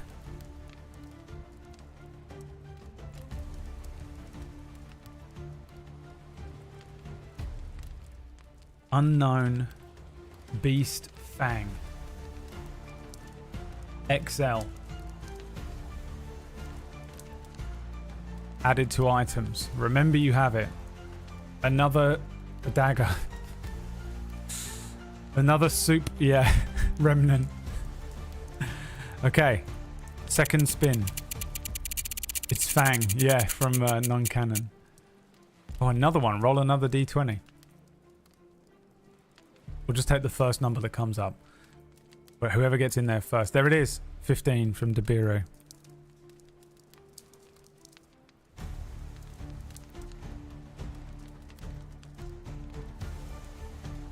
A pipe made from dragon bone. I don't know what that even means. A pipe made from dragon bone. What does it do? I don't know.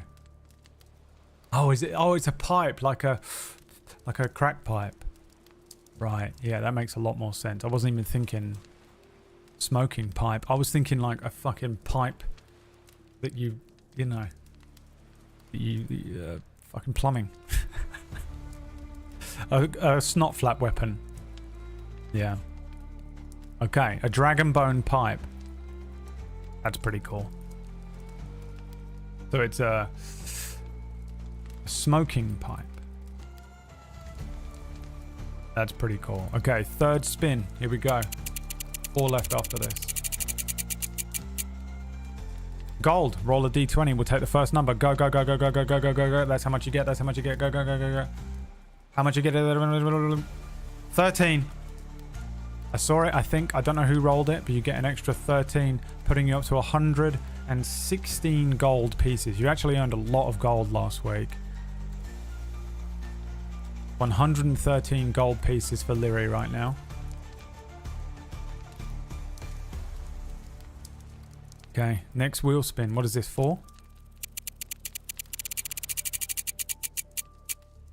More gold. Roll. Roll. I'm taking the first one. Go. Fucking roll. Get the fucking rolls in here, you fucking sons of bitches. What is that? 7? What's that? 123 gold.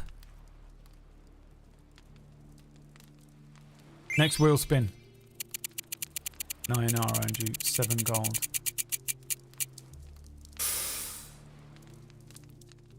It's not good. It's another encounter. Here's what happens. Here's what happens. Crawling up. Approaching. Swarming. A ring of Sahagin. Come running in after hearing the commotion.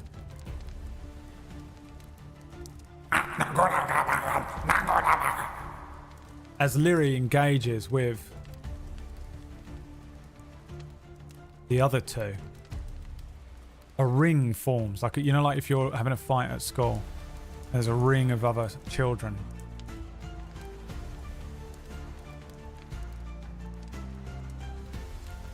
They want to see who's going to do. They start placing bets. Who's going to win? Okay, what is this one? 5? Next wheel spin.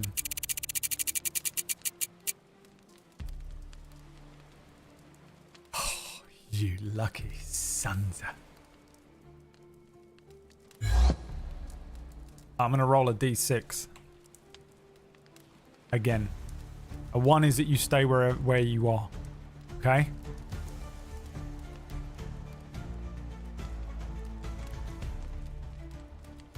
You fucking teleport to the other side of the campfire.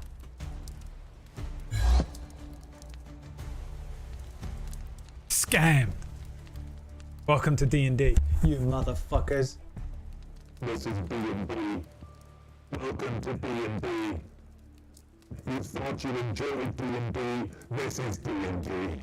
Disappointment and disappointment. D&D stands for disappointment and disappointment. Welcome to D&D. Welcome to RNG. You bitches, you think you're in control? How dare you? When does the fun happen? It doesn't. This is D&D. D&D is exclusively showing up with a whole plan in your head. This is what I'm gonna do. My character's gonna do this. They're gonna do a triple backflip. They're gonna fucking kill the bad guy. Everyone's gonna be like, oh, he's so cool. He's like a cool tiefling warlock. And he's gonna do this and do this and do this. And on my next turn, I'm gonna do that and do that and do that. And then you roll a fucking natty 1. And everything you've been thinking of all week, everything you've been waiting for your turn to come around to happen, doesn't happen. The cool speech you had planned, no opportunity to say it. Everything. Out the door. That's D&D, baby. How many spins you got left? 2? Here we go.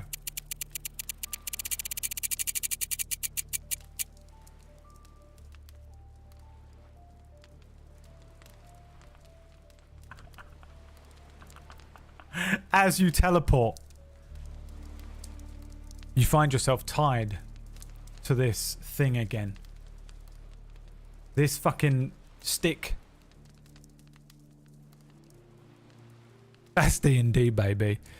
Lyri teleports, appearing. The ropes, because of the teleportation, are just like tied around Lyri's leg. You are currently incapacitated and will have to break free of the ropes either during the combat or immediately afterwards.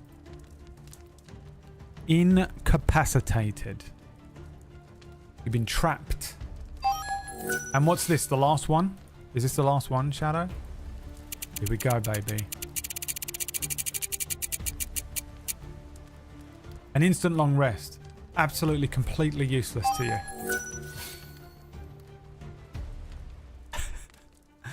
Fully rested. You know what? I'll give you some temporary HP. Okay?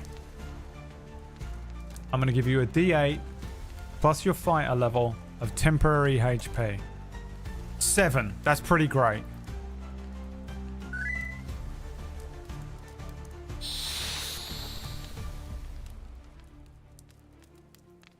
Overpowered. You know? You know in Dragon Ball Z, when they were fighting Cell and they were like, we can make ourselves strong enough to match his power, but they made themselves too big. They just became a bloated muscle being. That's Lyri right now.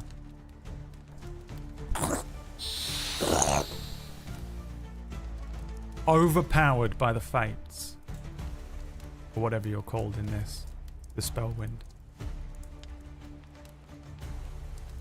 Okay, have you earned another wheel spin? Yeah, here we go. One more. This one, a wheel spin from Horus and Shadow the Wreck God. Gods of money. Both of them literally gods. Horus is the god of eyeballs and Shadow is the Wreck God. The gods shine upon you today, chat. Praise be unto Shadow. Praise be unto Horus. For they praise upon you as you and their light spills upon thine faces.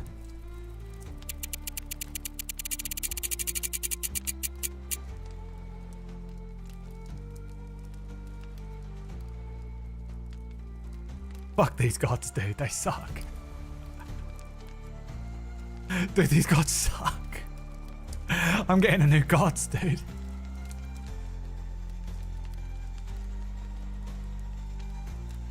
God is dead.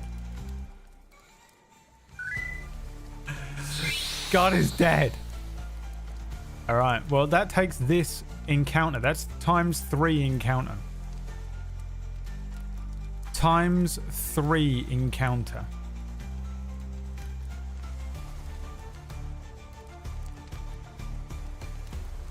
×3 encounter. Here we go. This is it, baby. The spins are done. The spins are done. Lyri, the spell wind blowing through the tunnels here. And what has happened has happened. Gold appearing in Lyri's purse. Leg trapped in ropes and netting as they are teleported away from the flanking position of the Sahagin. But as they look around, the Sahagin flooding into the room from the cave system, crawling up out of the water. There appears to be only one exit that is clear here. You either have to make it. Let's see here. 65. Jesus, Bradley. What is happening to this computer? 75 feet away, 85 feet away from Lyri is the exit. This is where you got to get to.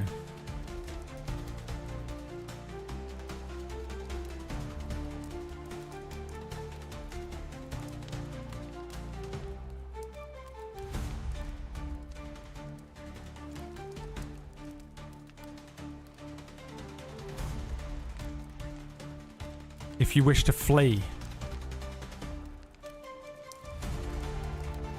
you have your stuff, you just don't have the stuff equipped. You didn't have time to equip everything that you wanted to equip. You have the satchel with the things in. You have a bone dagger in hand, a potion of invisibility on your belt, in your back pocket, because you don't have the belt on, and you have the armor on, which means your AC is currently 13. Could have been higher, but if you had equipped the shield instead of the armor. The shield is at +4 or 6 or something. You guys decided that you'd go with less AC for this fight. You have the bone dagger as a weapon. A D4 +2 piercing. You have a second wind. You have not got access to your scroll. That's it. Sahagin all around you. These two are the only two that you're currently engaged with in combat. These ones are just Street Fighter 2 Turbo background 2D GIFs that are just standing there going.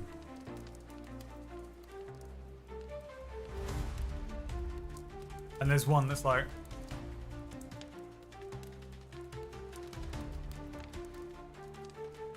Right? Until I want them to not be doing that. There's only two that are actually in front of you. Guys, it's time to roll initiative. Exclamation point, roll d20. We take the second dice roll from now on. Your initiative is a +2 on Lyri. And I'm going to roll for these two.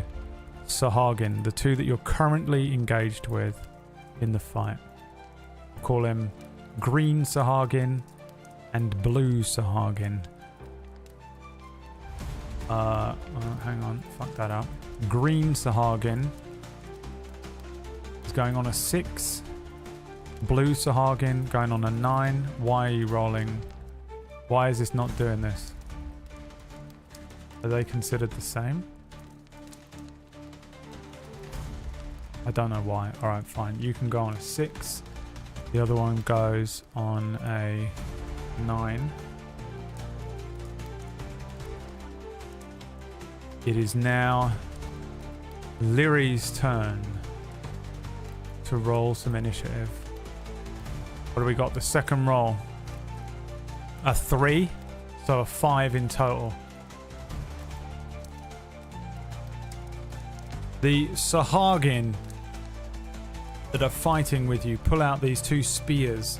They point them towards Lyri and say,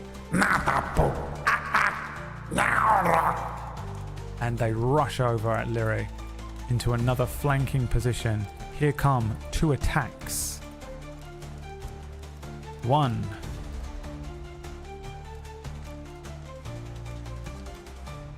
A natural 20.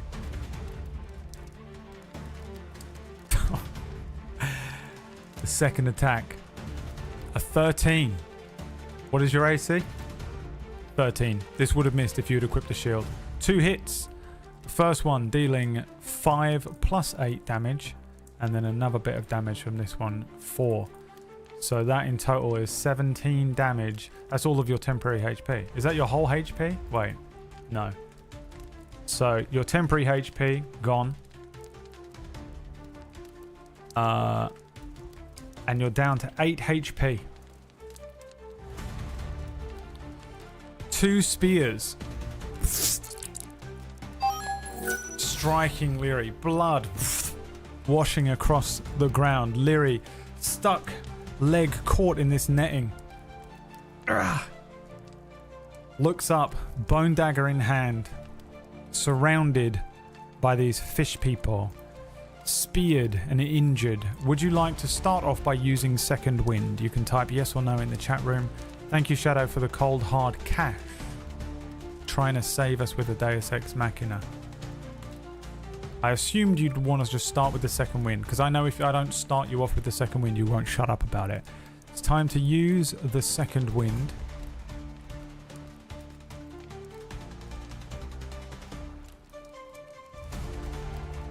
Which is a D10 plus your fighter level, which is 2.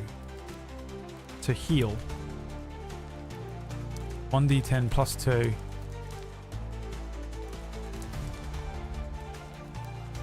You are welcome. Maximum healing of 12. Oh wait, hang on. That's overhealed you to 20. I didn't know it could do that. You're at 18.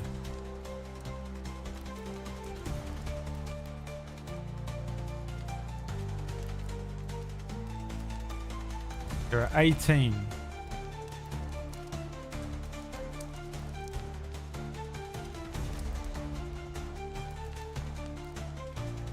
Leary stands there.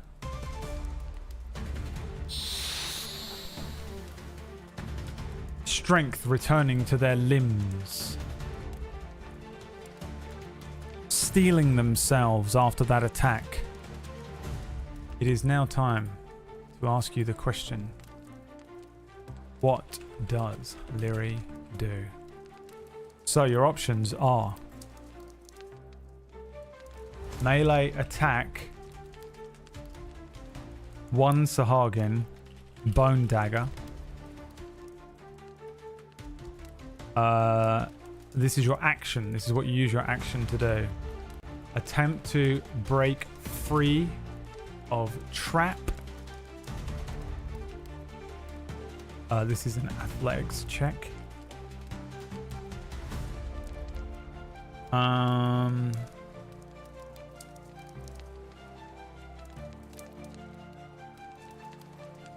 Chug potion of invisibility.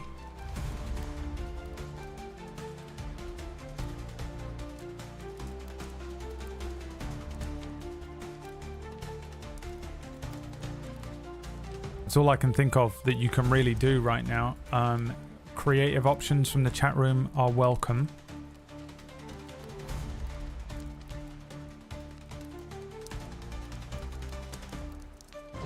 And here we go. I hope you're hungry for nothing.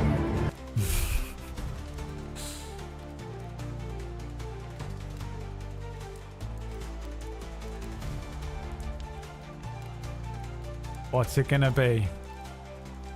You can't disengage. You are trapped. You're incapacitated.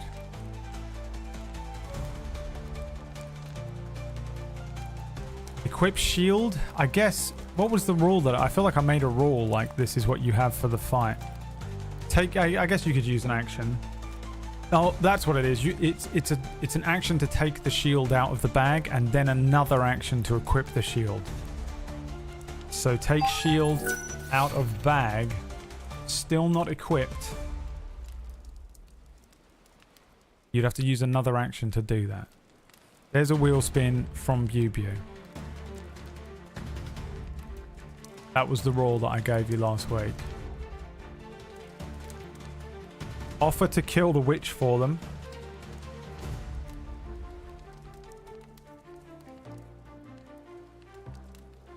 Do we have advantage because we can chop the ropes with the dagger?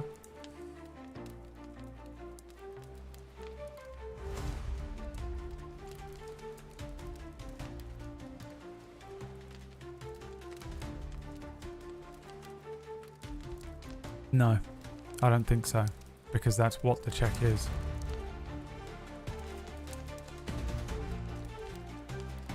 You could action surge after this, but let's just do the first action, and if you want to action surge, we can do it afterwards. C3PO them. Dance like a snake to convince them we're an avatar of Kuthlagan. Offer to bring them tastier meat. Goblin. And of course, piss self. It's going. Bew, thank you for the gift subs. Is that a wheel spin? It is. Okay, let's play this first action out.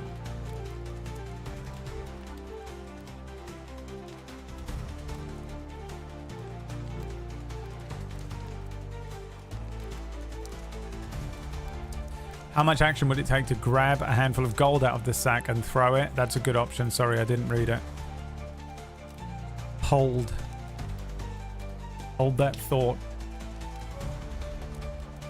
I've just seen a note I wrote to myself last night at 12:45 a.m. And I remember thinking, oh, I'll remember this. I don't need to make a note out of this and like wake myself up to like look at my phone. Completely forgot about it. I'm so glad I wrote that note. I think that's getting older, isn't it? Chugging the potion of invisibility is the plan. Glug, glug, glug. Lyri vanishes. Invisible. Invisible. I don't know what that looks like. Maybe the ninja emblem. The Sahagin go.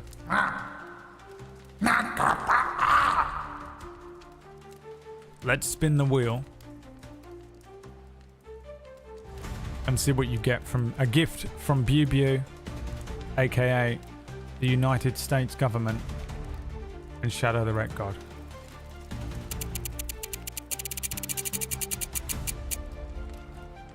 An instant long rest. I'm going to make a rule here. If you're at full HP, an instant long rest will give you a D8 plus fighter level of temporary hit points. 8. Wait, no, you get your second wind back. That's what you get. So it doesn't give you the 8 temporary hit points, but you get your second wind back. You also get this spell scroll back. I forgot that you did use something. Okay.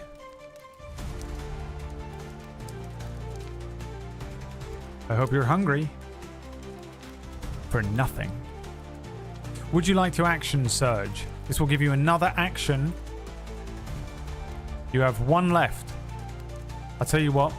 I'm going to give you a free action surge. It's pay to win game. Forget it. You get a free one. What does Lyri do? Because you got a long rest, it recharges instantly. You use it and it recharges instantly. You're invisible. You're currently invisible. Throw gold. Distract the Sahagin.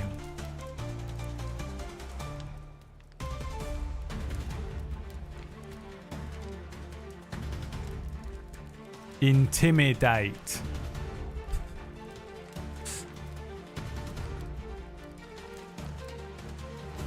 Is the gold invisible? It won't be once you throw it.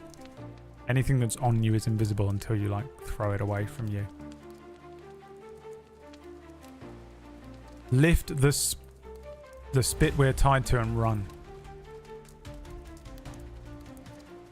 Pay to win, you turn 2 teleports and another thing into nothings. Well, first of all, relax. Okay, I mean, taking it so seriously. It's just a fun game of D&D in the hopes that it's enjoyable enough that I can pay my rent. Having zero fun, okay? None of you have to pay a penny. I ain't got a gun to anyone's head. Okay, I'm very grateful to everyone who does want to give a few pennies, but my God. Okay. Second of all, rolled a dice and said that 1 to 6 is that you teleport the varying sections of this dungeon. 1 is that you remain where you are, you teleport a few feet away. 1 in 6 chance. I rolled it on the screen. I didn't roll a D1. Okay. And what else did you roll that was a nothing? The thing on there that says nothing? I've given you something. I'm being nice. I think maybe the last long rest before, like last week, before I made a new rule this week because I'm a nice guy and came up with a cool thing. You know? I mean,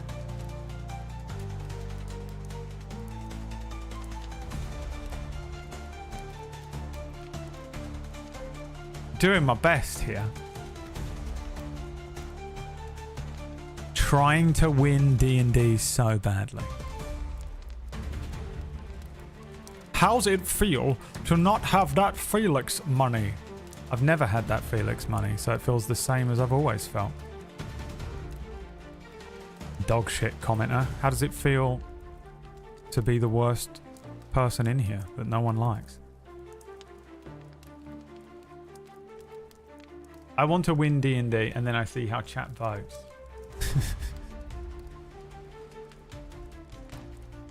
Pay to rent. Yeah. But it's okay. Thank you for making me feel bad. Kirsty. Appreciate it.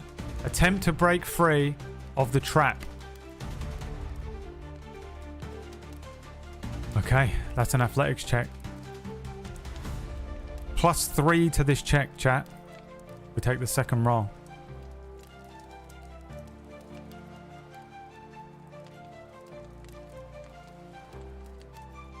If we'd pissed ourselves the first 5 times it came up, we wouldn't be in this mess. A natural 1 from Plumrug. We're taking the second roll.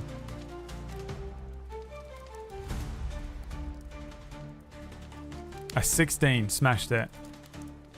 What did I say? +3, 19. Invisible. Right now, all we see is the stick move up, and then the ropes split and fray and break, and then fall. The stick sort of falls limp with all of the ropes kind of as well. The Sahagin around Lyri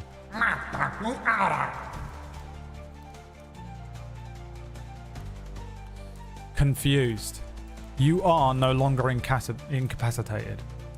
Congratulations. And that was the previous action surge, which immediately recharges. By the way, you're welcome. Nothing. Oh, we got nothing for it. You get your second win and your action surge back. So, could have just been nothing, but, you know, felt bad about it. Decided, you know, people are giving me some money. Let's at least give them something shit in our game of make-believe. Or ultimately, you get nothing anyway. So, you know, thanks for making me feel bad about it, Kirsty. Really appreciate it. So, you know how I did that and tried to make it feel like it wasn't a complete waste of money and give you something for it? It does mean you have another action. So thank you for making me feel bad about it. But would you like to use your action surge now? You still have it. Would you like it? And you can just type yes or no in the chat. We'll do a yay and nay. We'll do a yay and nay. Thank you for something, Brad. No, thank you all for the real cold hard cash and money. And I hope that you're enjoying the game. And those of you that are not enjoying it, you can just not be here if you don't want. If you don't like it. Like I've got them trapped, you know. I tied them to a fucking stick. But I could be doing something else right now. Like I went into their house, tied them to the chair. I hate the internet, man. Some of you are cool. Yes, to the action surge. All right, here we go. What does Lyri do now? So you are free of the trap. You can still do all of these things, but I saw like run and dash. Run and dash away, which is like 60 feet of movement. Away you go. I'm forced to watch like Clockwork Orange, yeah. You'd think that, wouldn't you? Isn't that crazy how so many people watch Twitch that way? You just find another stream. You could just close the website. You could go and watch Netflix. You could go outside. The way people act like they're being forced to watch a stream. Can't believe you've done this. Oh, fuck. Run and dash wasn't on there. Hold on. Fucking run and dash. 60 feet.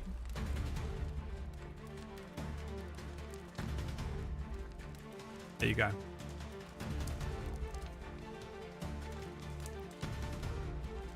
Can we add disengage? You were unfortunately slightly too late, which means no. No. Now, of course, because I'm the most bastard GM of all time, famously I'm one of the most evil GMs who makes sure that you don't get anything and that I just hoard all of your money in exchange for nothing. Of course, you will most certainly be taking opportunity attacks. Because you know me. I'm here to ensure that only I have fun and you don't.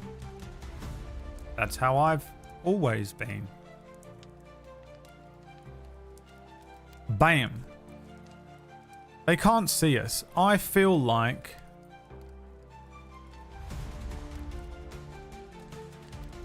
they have no idea what happened here.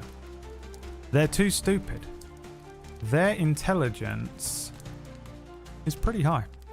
I'm not giving them credit here. I'm going to roll an intelligence check. I thought their intelligence was a 4. Turns out their int stat is a 12. With 10 being average. Which means their int stat is a 12, which means it's about 4 higher than pretty much all of you in the chat room. That's hilarious. I've been playing them as dumb as shit. Here we go. 10. I think they're aware that you've turned invisible, but they don't know where you are. I'm going to let you run and dash. What's the button to know how far? What is it? Alt? Nope. Control. Why can I never remember this? I never use it. I've been using Foundry all week. Oh, it's right click, isn't it? That's it. Okay, so this is 50 feet. And then you got another 60 feet to here. I think it's enough. I think it's enough. Congratulations. You're out of combat. A cutscene begins. A cutscene, you scream into the chat room. We see Lyri invisible, but in that, you know when you're watching a cutscene and you can see that the invisible person is there? And when you're watching a cutscene like that with someone who's really stupid, you're sitting there with your brother and you're watching someone who's invisible, and for the sake of the audience, they've made the invisible person kind of translucent, but you know that's just so we know where they are, and that actually in the game, in the movie, in the TV show, no one else can see where they are.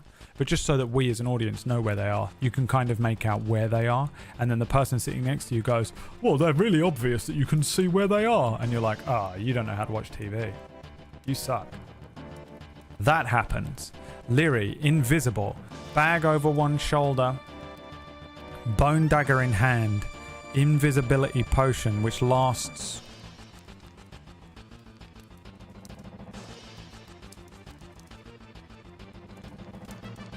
one hour.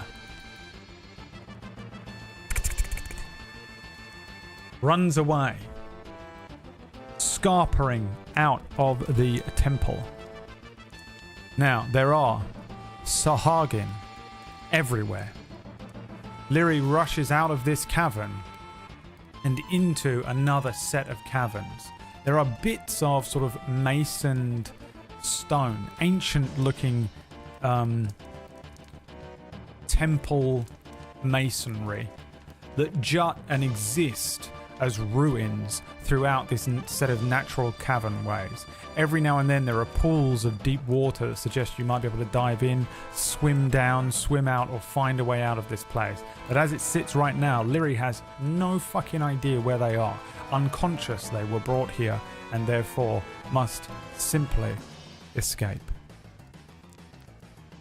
Running around the first tunnel, coming to a branching tunnel, there is the sound of Sahagin deep within these tunnels, coming and echoing off of the varying corridors.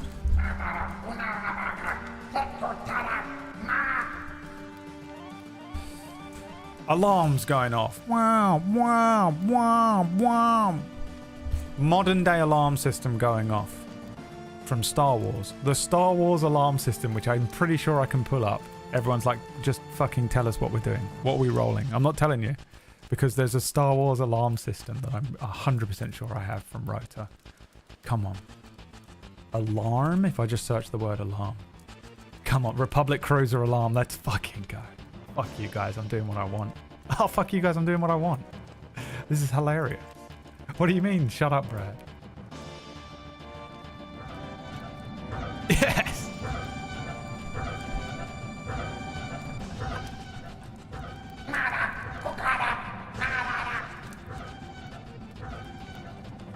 You hear the Sahagin. Underneath, and on the bottom, because it's Star Wars now, there's subtitles that say, "Find our dinner, or you go hungry again."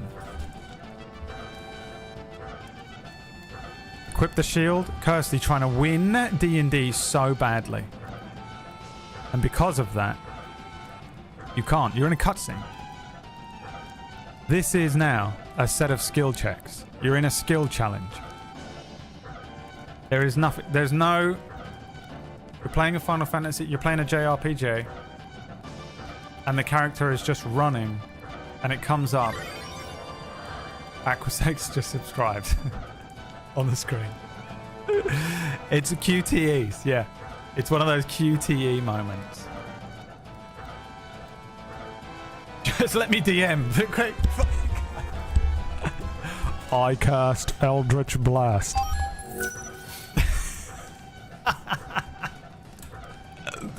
This is what I did. This is DMing, by the way. If you're ever watching a DM and you're like, man, that seems fun. I'd like to tell a story. I'd love to... Don't do it. It's a trick. Send no reply if someone asks you to DM. Never do it.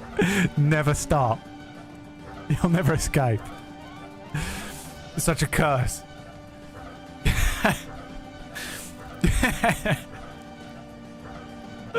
Kirsty's just sat there like, what the fuck? Run into a branching tunnel.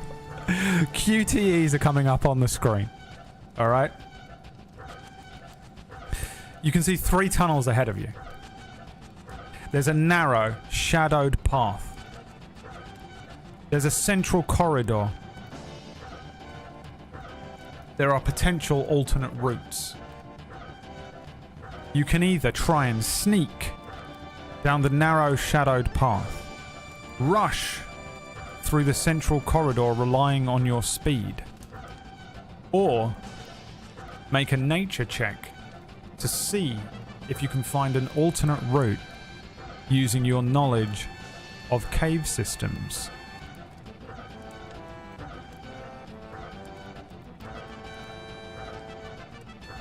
What does Lyri do? Take the narrow shadowed path. Rush through the central corridor relying on speed. Look for an alternate route using your knowledge of cave systems. 1, 2, or 3. Those are your QTEs, Kirsty.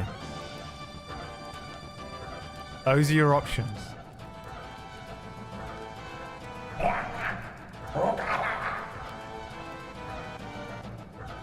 The Sahagin, with their keen sense of smell.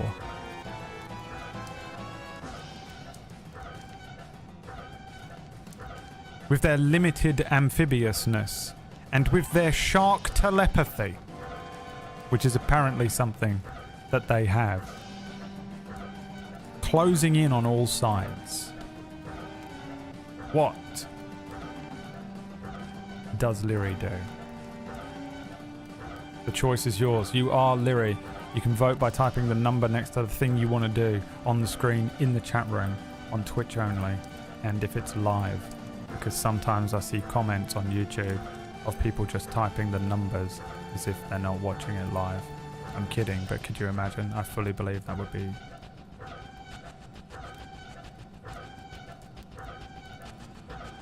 a thing. The plan here is rush through the central corridor, relying on speed. Alright, babies. Here we go. This exclamation point roll d20 in the chat room is an athletics check. You got to beat a 12 and you have a +3 to whatever you roll.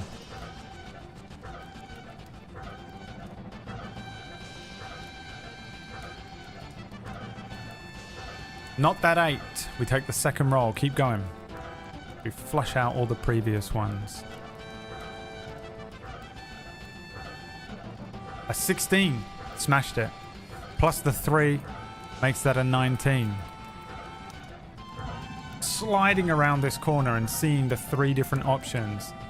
Lyri, invisible in that Metal Gear Solid 2 way, rushes forward. Legs just pumping. Boom, boom, boom, boom, boom. Dashing straight down this central corridor, relying on the strength and conditioning of years as a soldier in a foreign kingdom across the water. Bombs like the flash down this central corridor. The sounds of the Sahagin disappearing behind Lyri.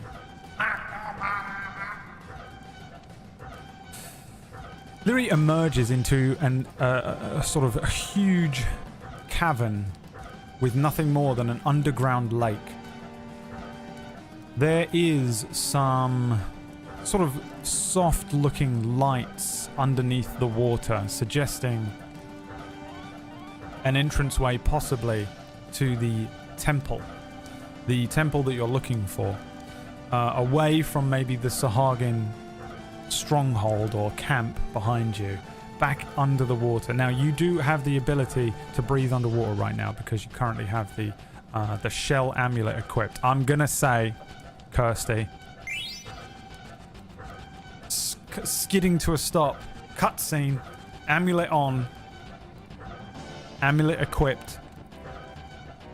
You have 3 options once again.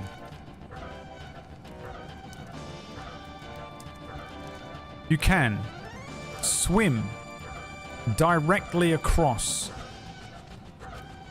to where you see a potential temple entrance, staying submerged.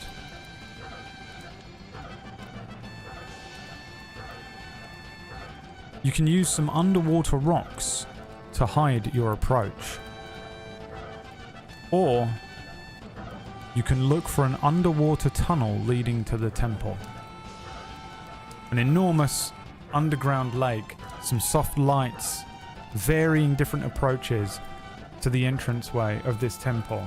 As it sits right now, there doesn't appear to be any Sahagin around you, but pretty hard to tell. Fish people, underwater lair, underground lake.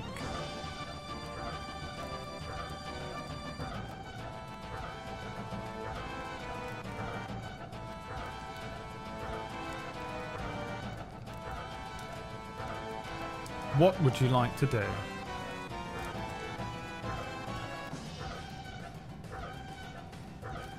Echoing down the tunnels from far behind. The Sahagin. The plan. Do we know where we are in relation to the pearl? You know it's in the temple. That's it. Look for a small underwater tunnel leading to the temple. Something, or at least the clues as to where it went are in the temple, you know? So no, you don't. First you need to escape the Sahagin. Looking around. This is a perception check. Exclamation point, roll d20. You have a +4 to perception. Or do you? You don't have the cloak equipped. You have a +2 to the perception rolls right now.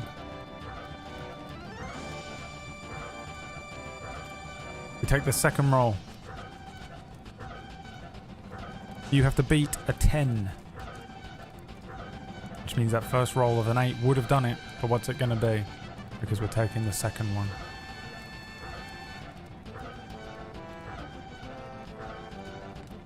Republic cruiser alarm going off. Lights, red and blue, blaring. A 13 smashed it. Diving into the water and looking around. There appears to be a small tunnel away from the main sort of large and obvious opening and entranceway to this tunnel.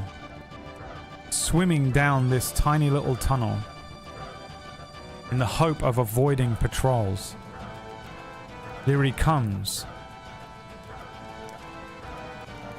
to a temple entrance. Thank God he finished that sentence.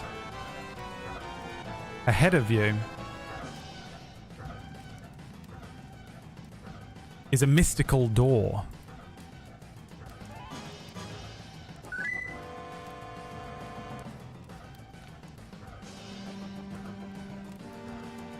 A small entranceway, a side door, an access point to the temple, away from the main large entrance. There is an arcane symbol that, as Lyri approaches, appears in front of Lyri.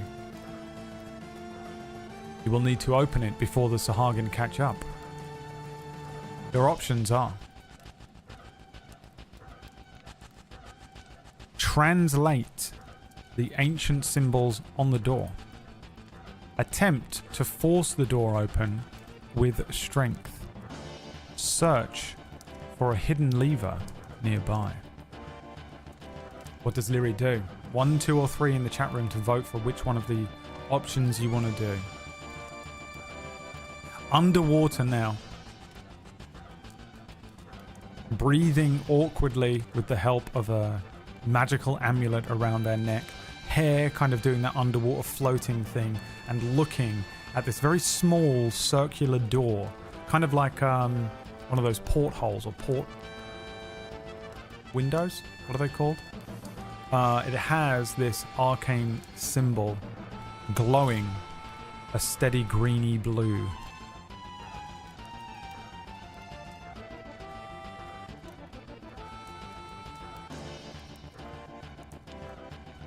You can't read. You don't need to be able to read. This isn't a language. These are symbols, runes. I'll allow it. This is not a reading check. So let's get the tiebreaker. Next person to vote. Tie breaking. Went for 2. You fucking son of a bitch. Fuck it, I'll do it. You son of a bitch. Because I feel like some people probably voted differently because of the reading thing, I'll put the 1 vote in there. Because you... Monotrix thinks they're fucking hilarious. Nyko thinks they're fucking hilarious as well. You're not funny.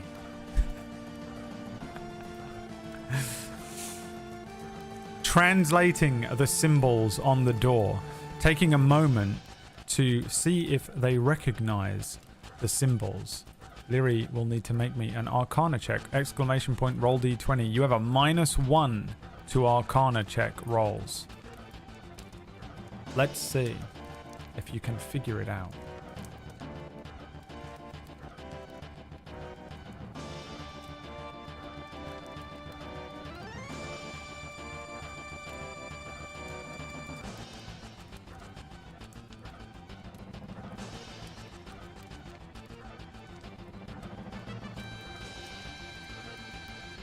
The second roll, not the first one.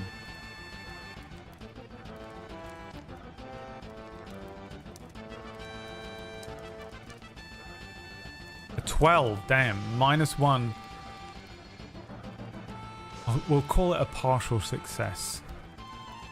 Recognizing some of the runes, this is a symbol and an abjuration spell, which is a kind of an arcane lock that can be opened by successfully whispering the correct incantation. Placing a hand to the symbol, a small bubble of air appears around Lyri's mouth. What is the incantation?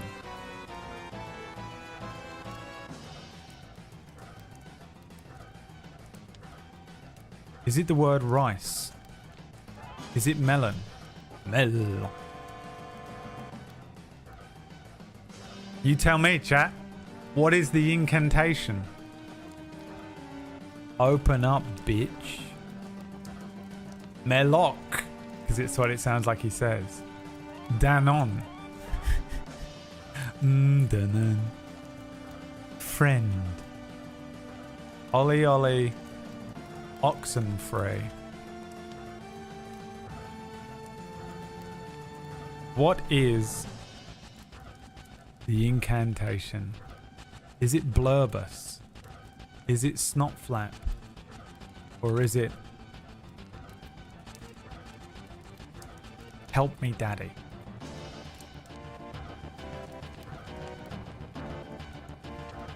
Choice is yours. What does Lyri speak as an incantation?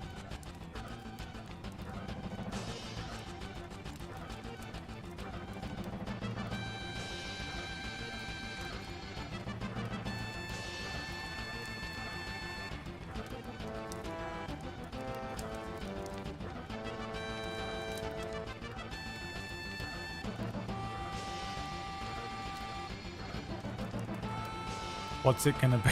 You fucking weirdos. You guys are fucking weird. You take a good long hard look in the mirror after this today. Lyri says the words, "Help me, Daddy." Roll me another Arcana check, please, chat. You have a -1 to this roll. And you're lucky I don't give you disadvantage.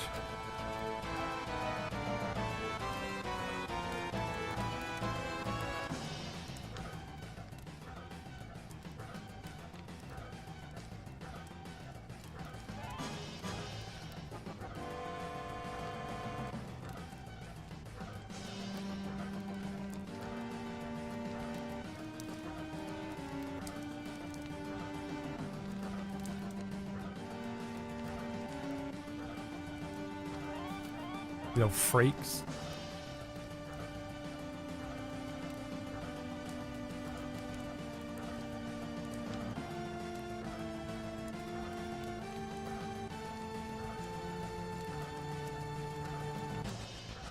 What'd you roll? A 10? So a 9?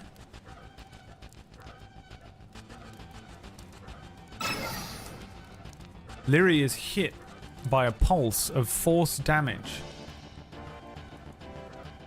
Was the incorrect word. You take 1 point of force damage. Boom.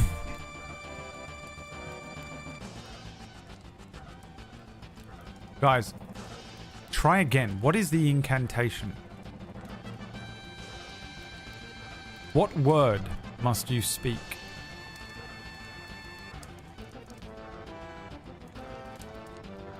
Find clue for word. You don't have one because you failed the check. Penance, money, unlock, BradWOTO, bidly,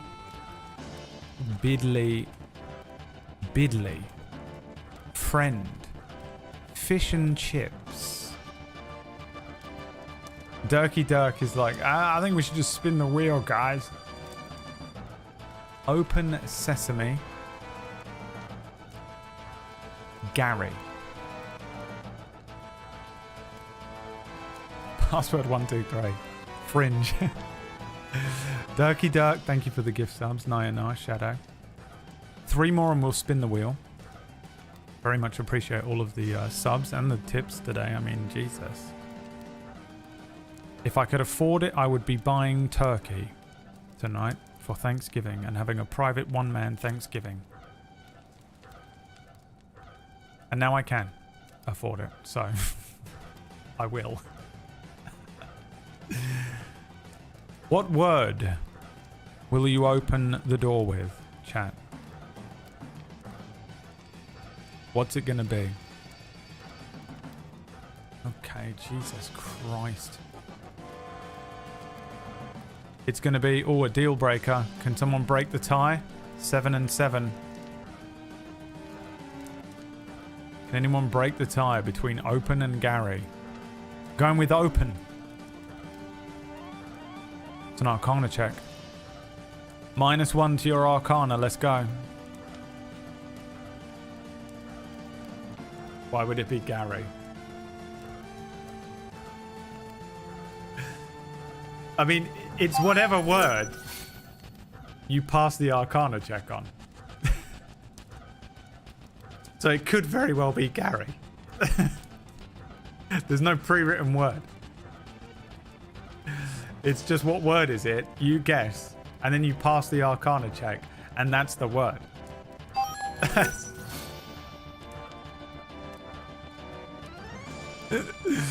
So let's find out if it's the word open.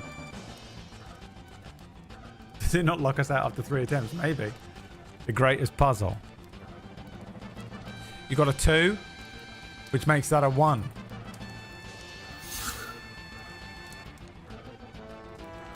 Another 1 force damage. Okay. Yeah, maybe it does come up and say... Final attempt. Final attempt. Final attempt. Guys, what is the incantation? Kithlara.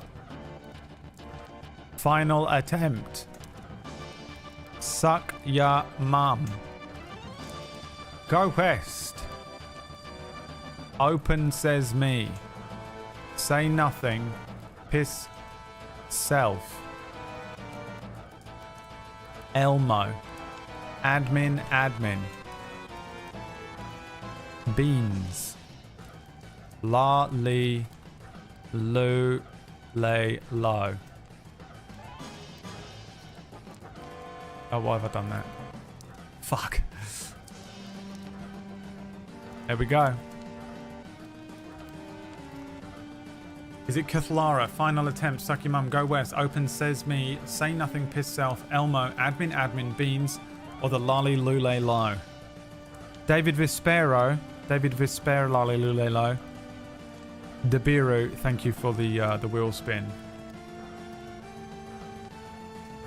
You get double wheel spins at 100 subs. Remember. Secret rule. The secret hidden rule.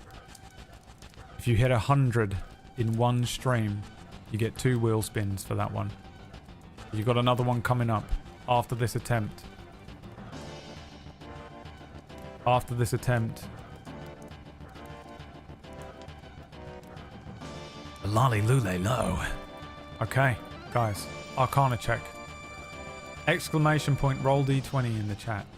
Your Arcana is a -1. Let's go. Not that 17, unfortunately. We take the second roll, which is a 4. Lyri says, Lale lule low. The symbol on the door powers down. Locked out.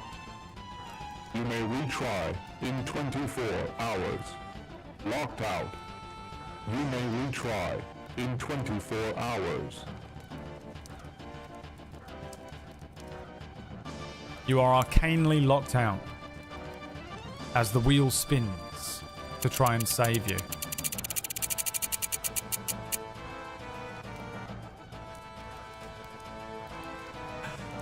Oh, well, you know what? It could still work out for you. What does Leary do?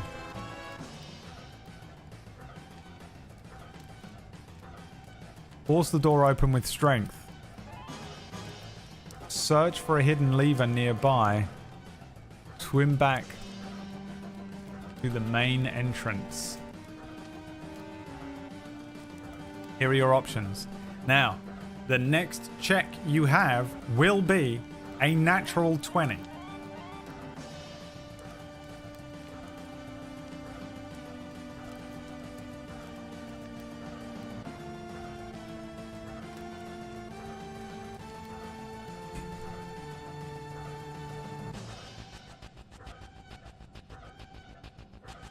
What do you want to do?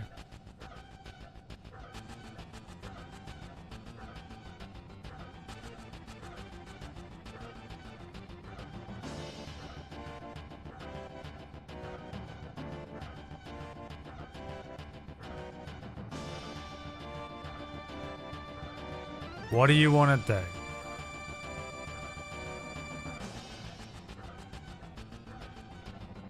Force the door open with strength. Let's see what you would have won. Roll me an athletics check. This will be a natural 20, but I want to see what you would have rolled. We'll take the second roll. +3.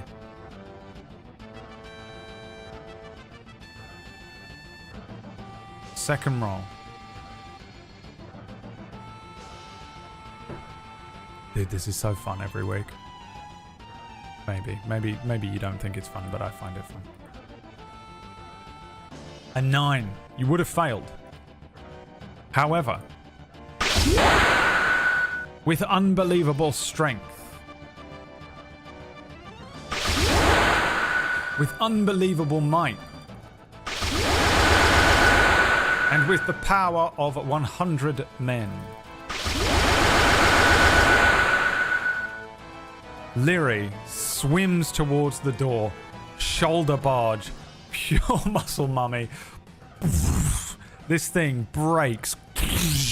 The arcane abjuration does nothing against the might of Leary's shoulder.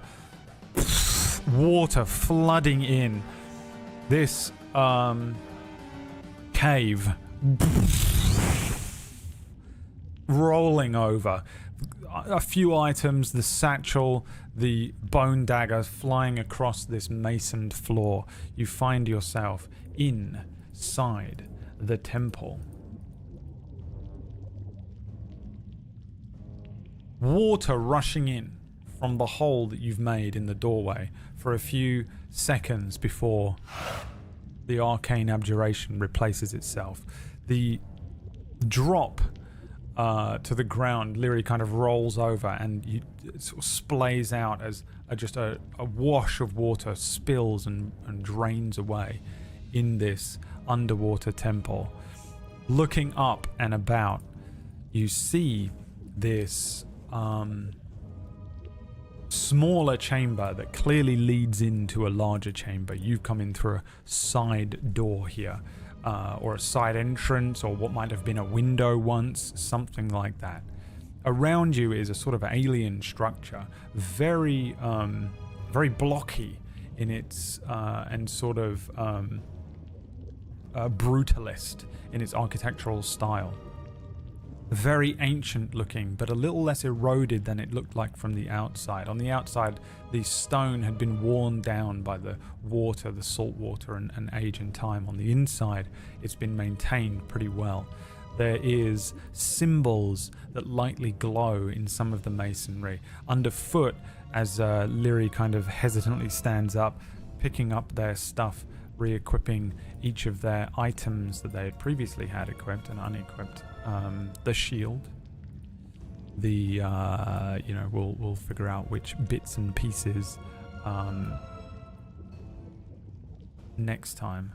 These items, and looking around, you have made your way into the temple itself. You finally made your way into the sunken temple. Parts of this temple are overgrown with coral. It seems to be sort of breaking through parts of the masonry. And from that coral, there is dark algae, which is kind of covering varying parts of this place. But for the most part, it seems to be in good nick. There is no creatures in here. You don't hear the sounds of Sahagin. There are no things that come rushing towards you. For now, it seems as though you're alone, or at least for long enough that you're able to sort of re-equip your items, take a moment, and level up. We're leveling up because you have received experience. Now, you get experience for escaping but not killing creatures. So you get 100 experience, bringing you to 923 experience.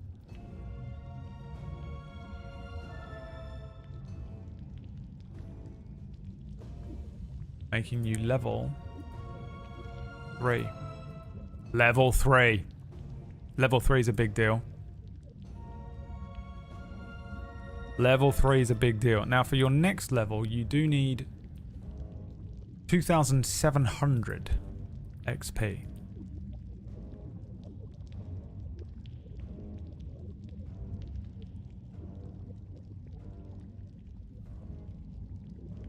$2,700 XP.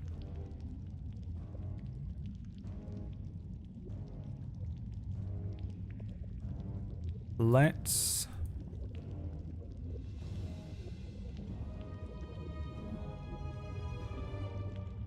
me look at this. So, have a look at a fighter real quick. So at 3rd level, you get your martial archetype. Which is any one of these things: Arcane Archer, Banneret, Battlemaster. I don't even know what half of these are. Cavalier, Champion, Echo Knight, Eldritch Knight, Psy Warrior, Rune Knight, Samurai. I guess we'll just do these ones because they're actually written.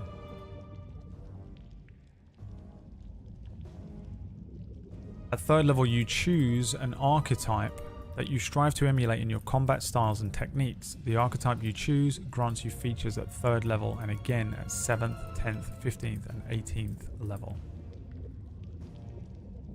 Samurai does sound cool, doesn't it? But I guess we'll find out next week.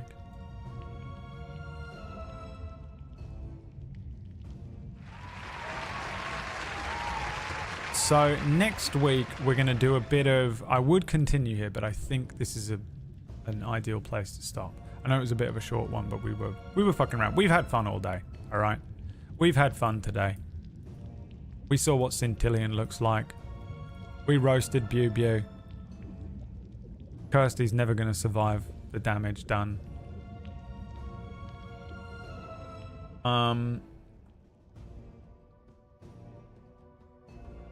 What I want to do... Now, does anyone have the answer?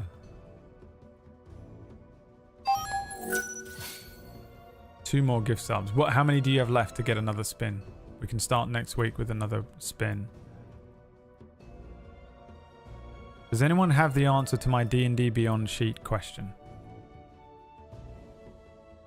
Can we make a D&D...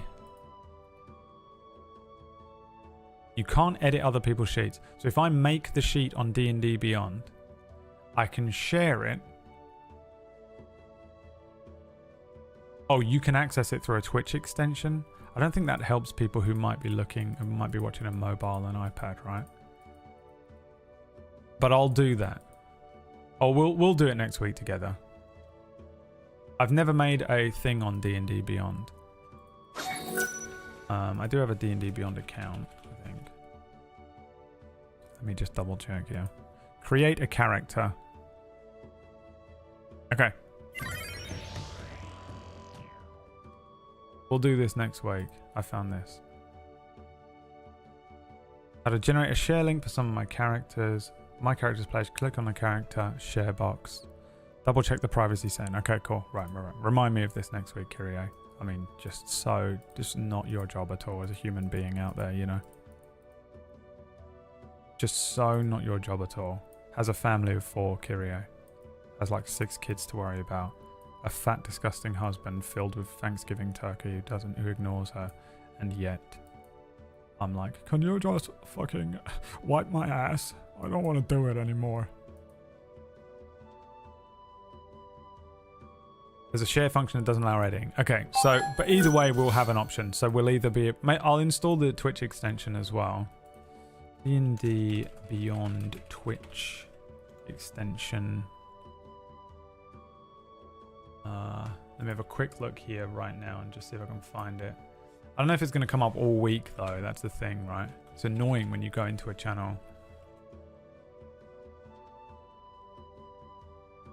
and like you have to click off of the thing every time. I don't even see it. Oh, it doesn't work. It's currently offline. Okay. And that's 100. We spin it now? Yeah.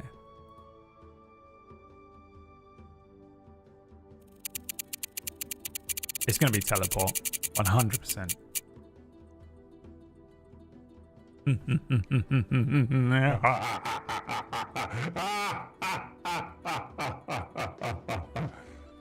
The next roll will be a natural 1. Thank you. Next roll, a natty 1.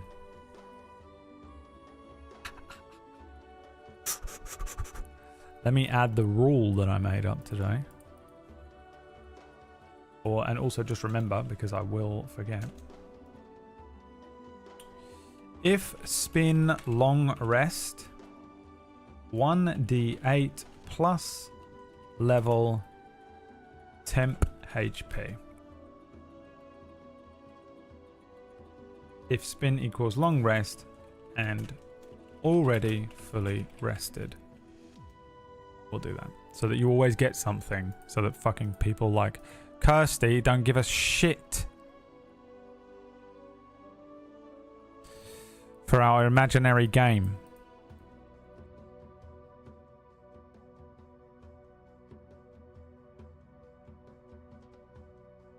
Bad DM. I know I'm the worst DM of all time. I'm sorry if you hate my DMing. Okay? I'm doing my fucking best out here. I'm trying to make it fun while also giving something back to the community and giving everyone a nice game to play every week and make it enjoyable. So it feels like you actually get something for your money instead of just giving money to these streamers who take it without doing nothing.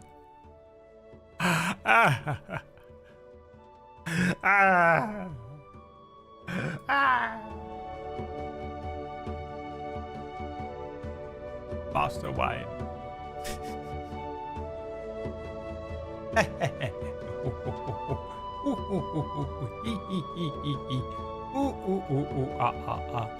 Alright, baby, that's the end of the stream. Thank you so much for watching. I hope you had fun. I had fun. I know Kirsty didn't, but the rest of you. I hope the rest of you had fun. I had fun.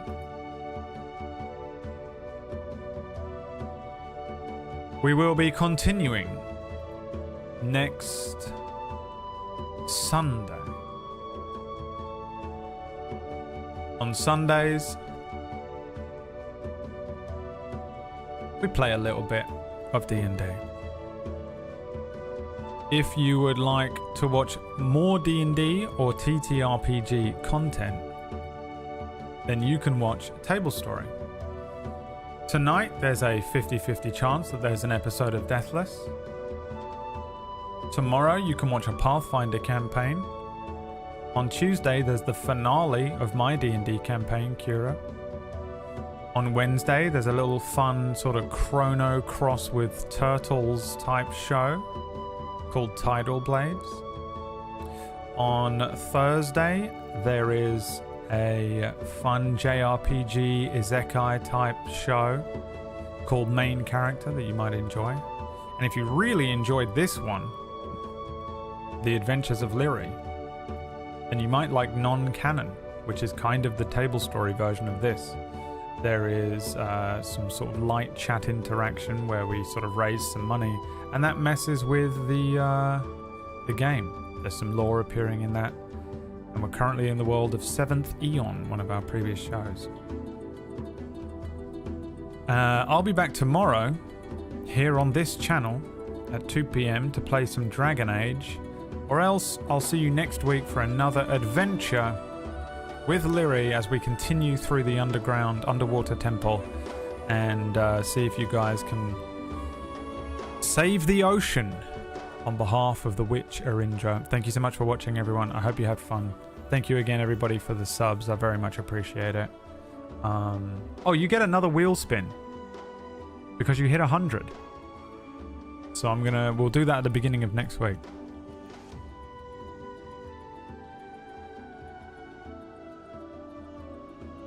Lest we forget. And we'll set up the sheet next week on D&D Beyond so you can look at it through that. Alright. Thanks so much for watching, everyone. Have a wonderful rest of your weekend. Thank you very much for the people who came and subscribed and gifted subs. Thank you very much for people that donated. I very much appreciate it. I know I'm not the most freak out, crying on the screen, overreactive streamer, but inside, I've shit myself. Probably means I need to go to hospital. Thank you very much, everyone. Have a wonderful week. Bye. Bye. Bye.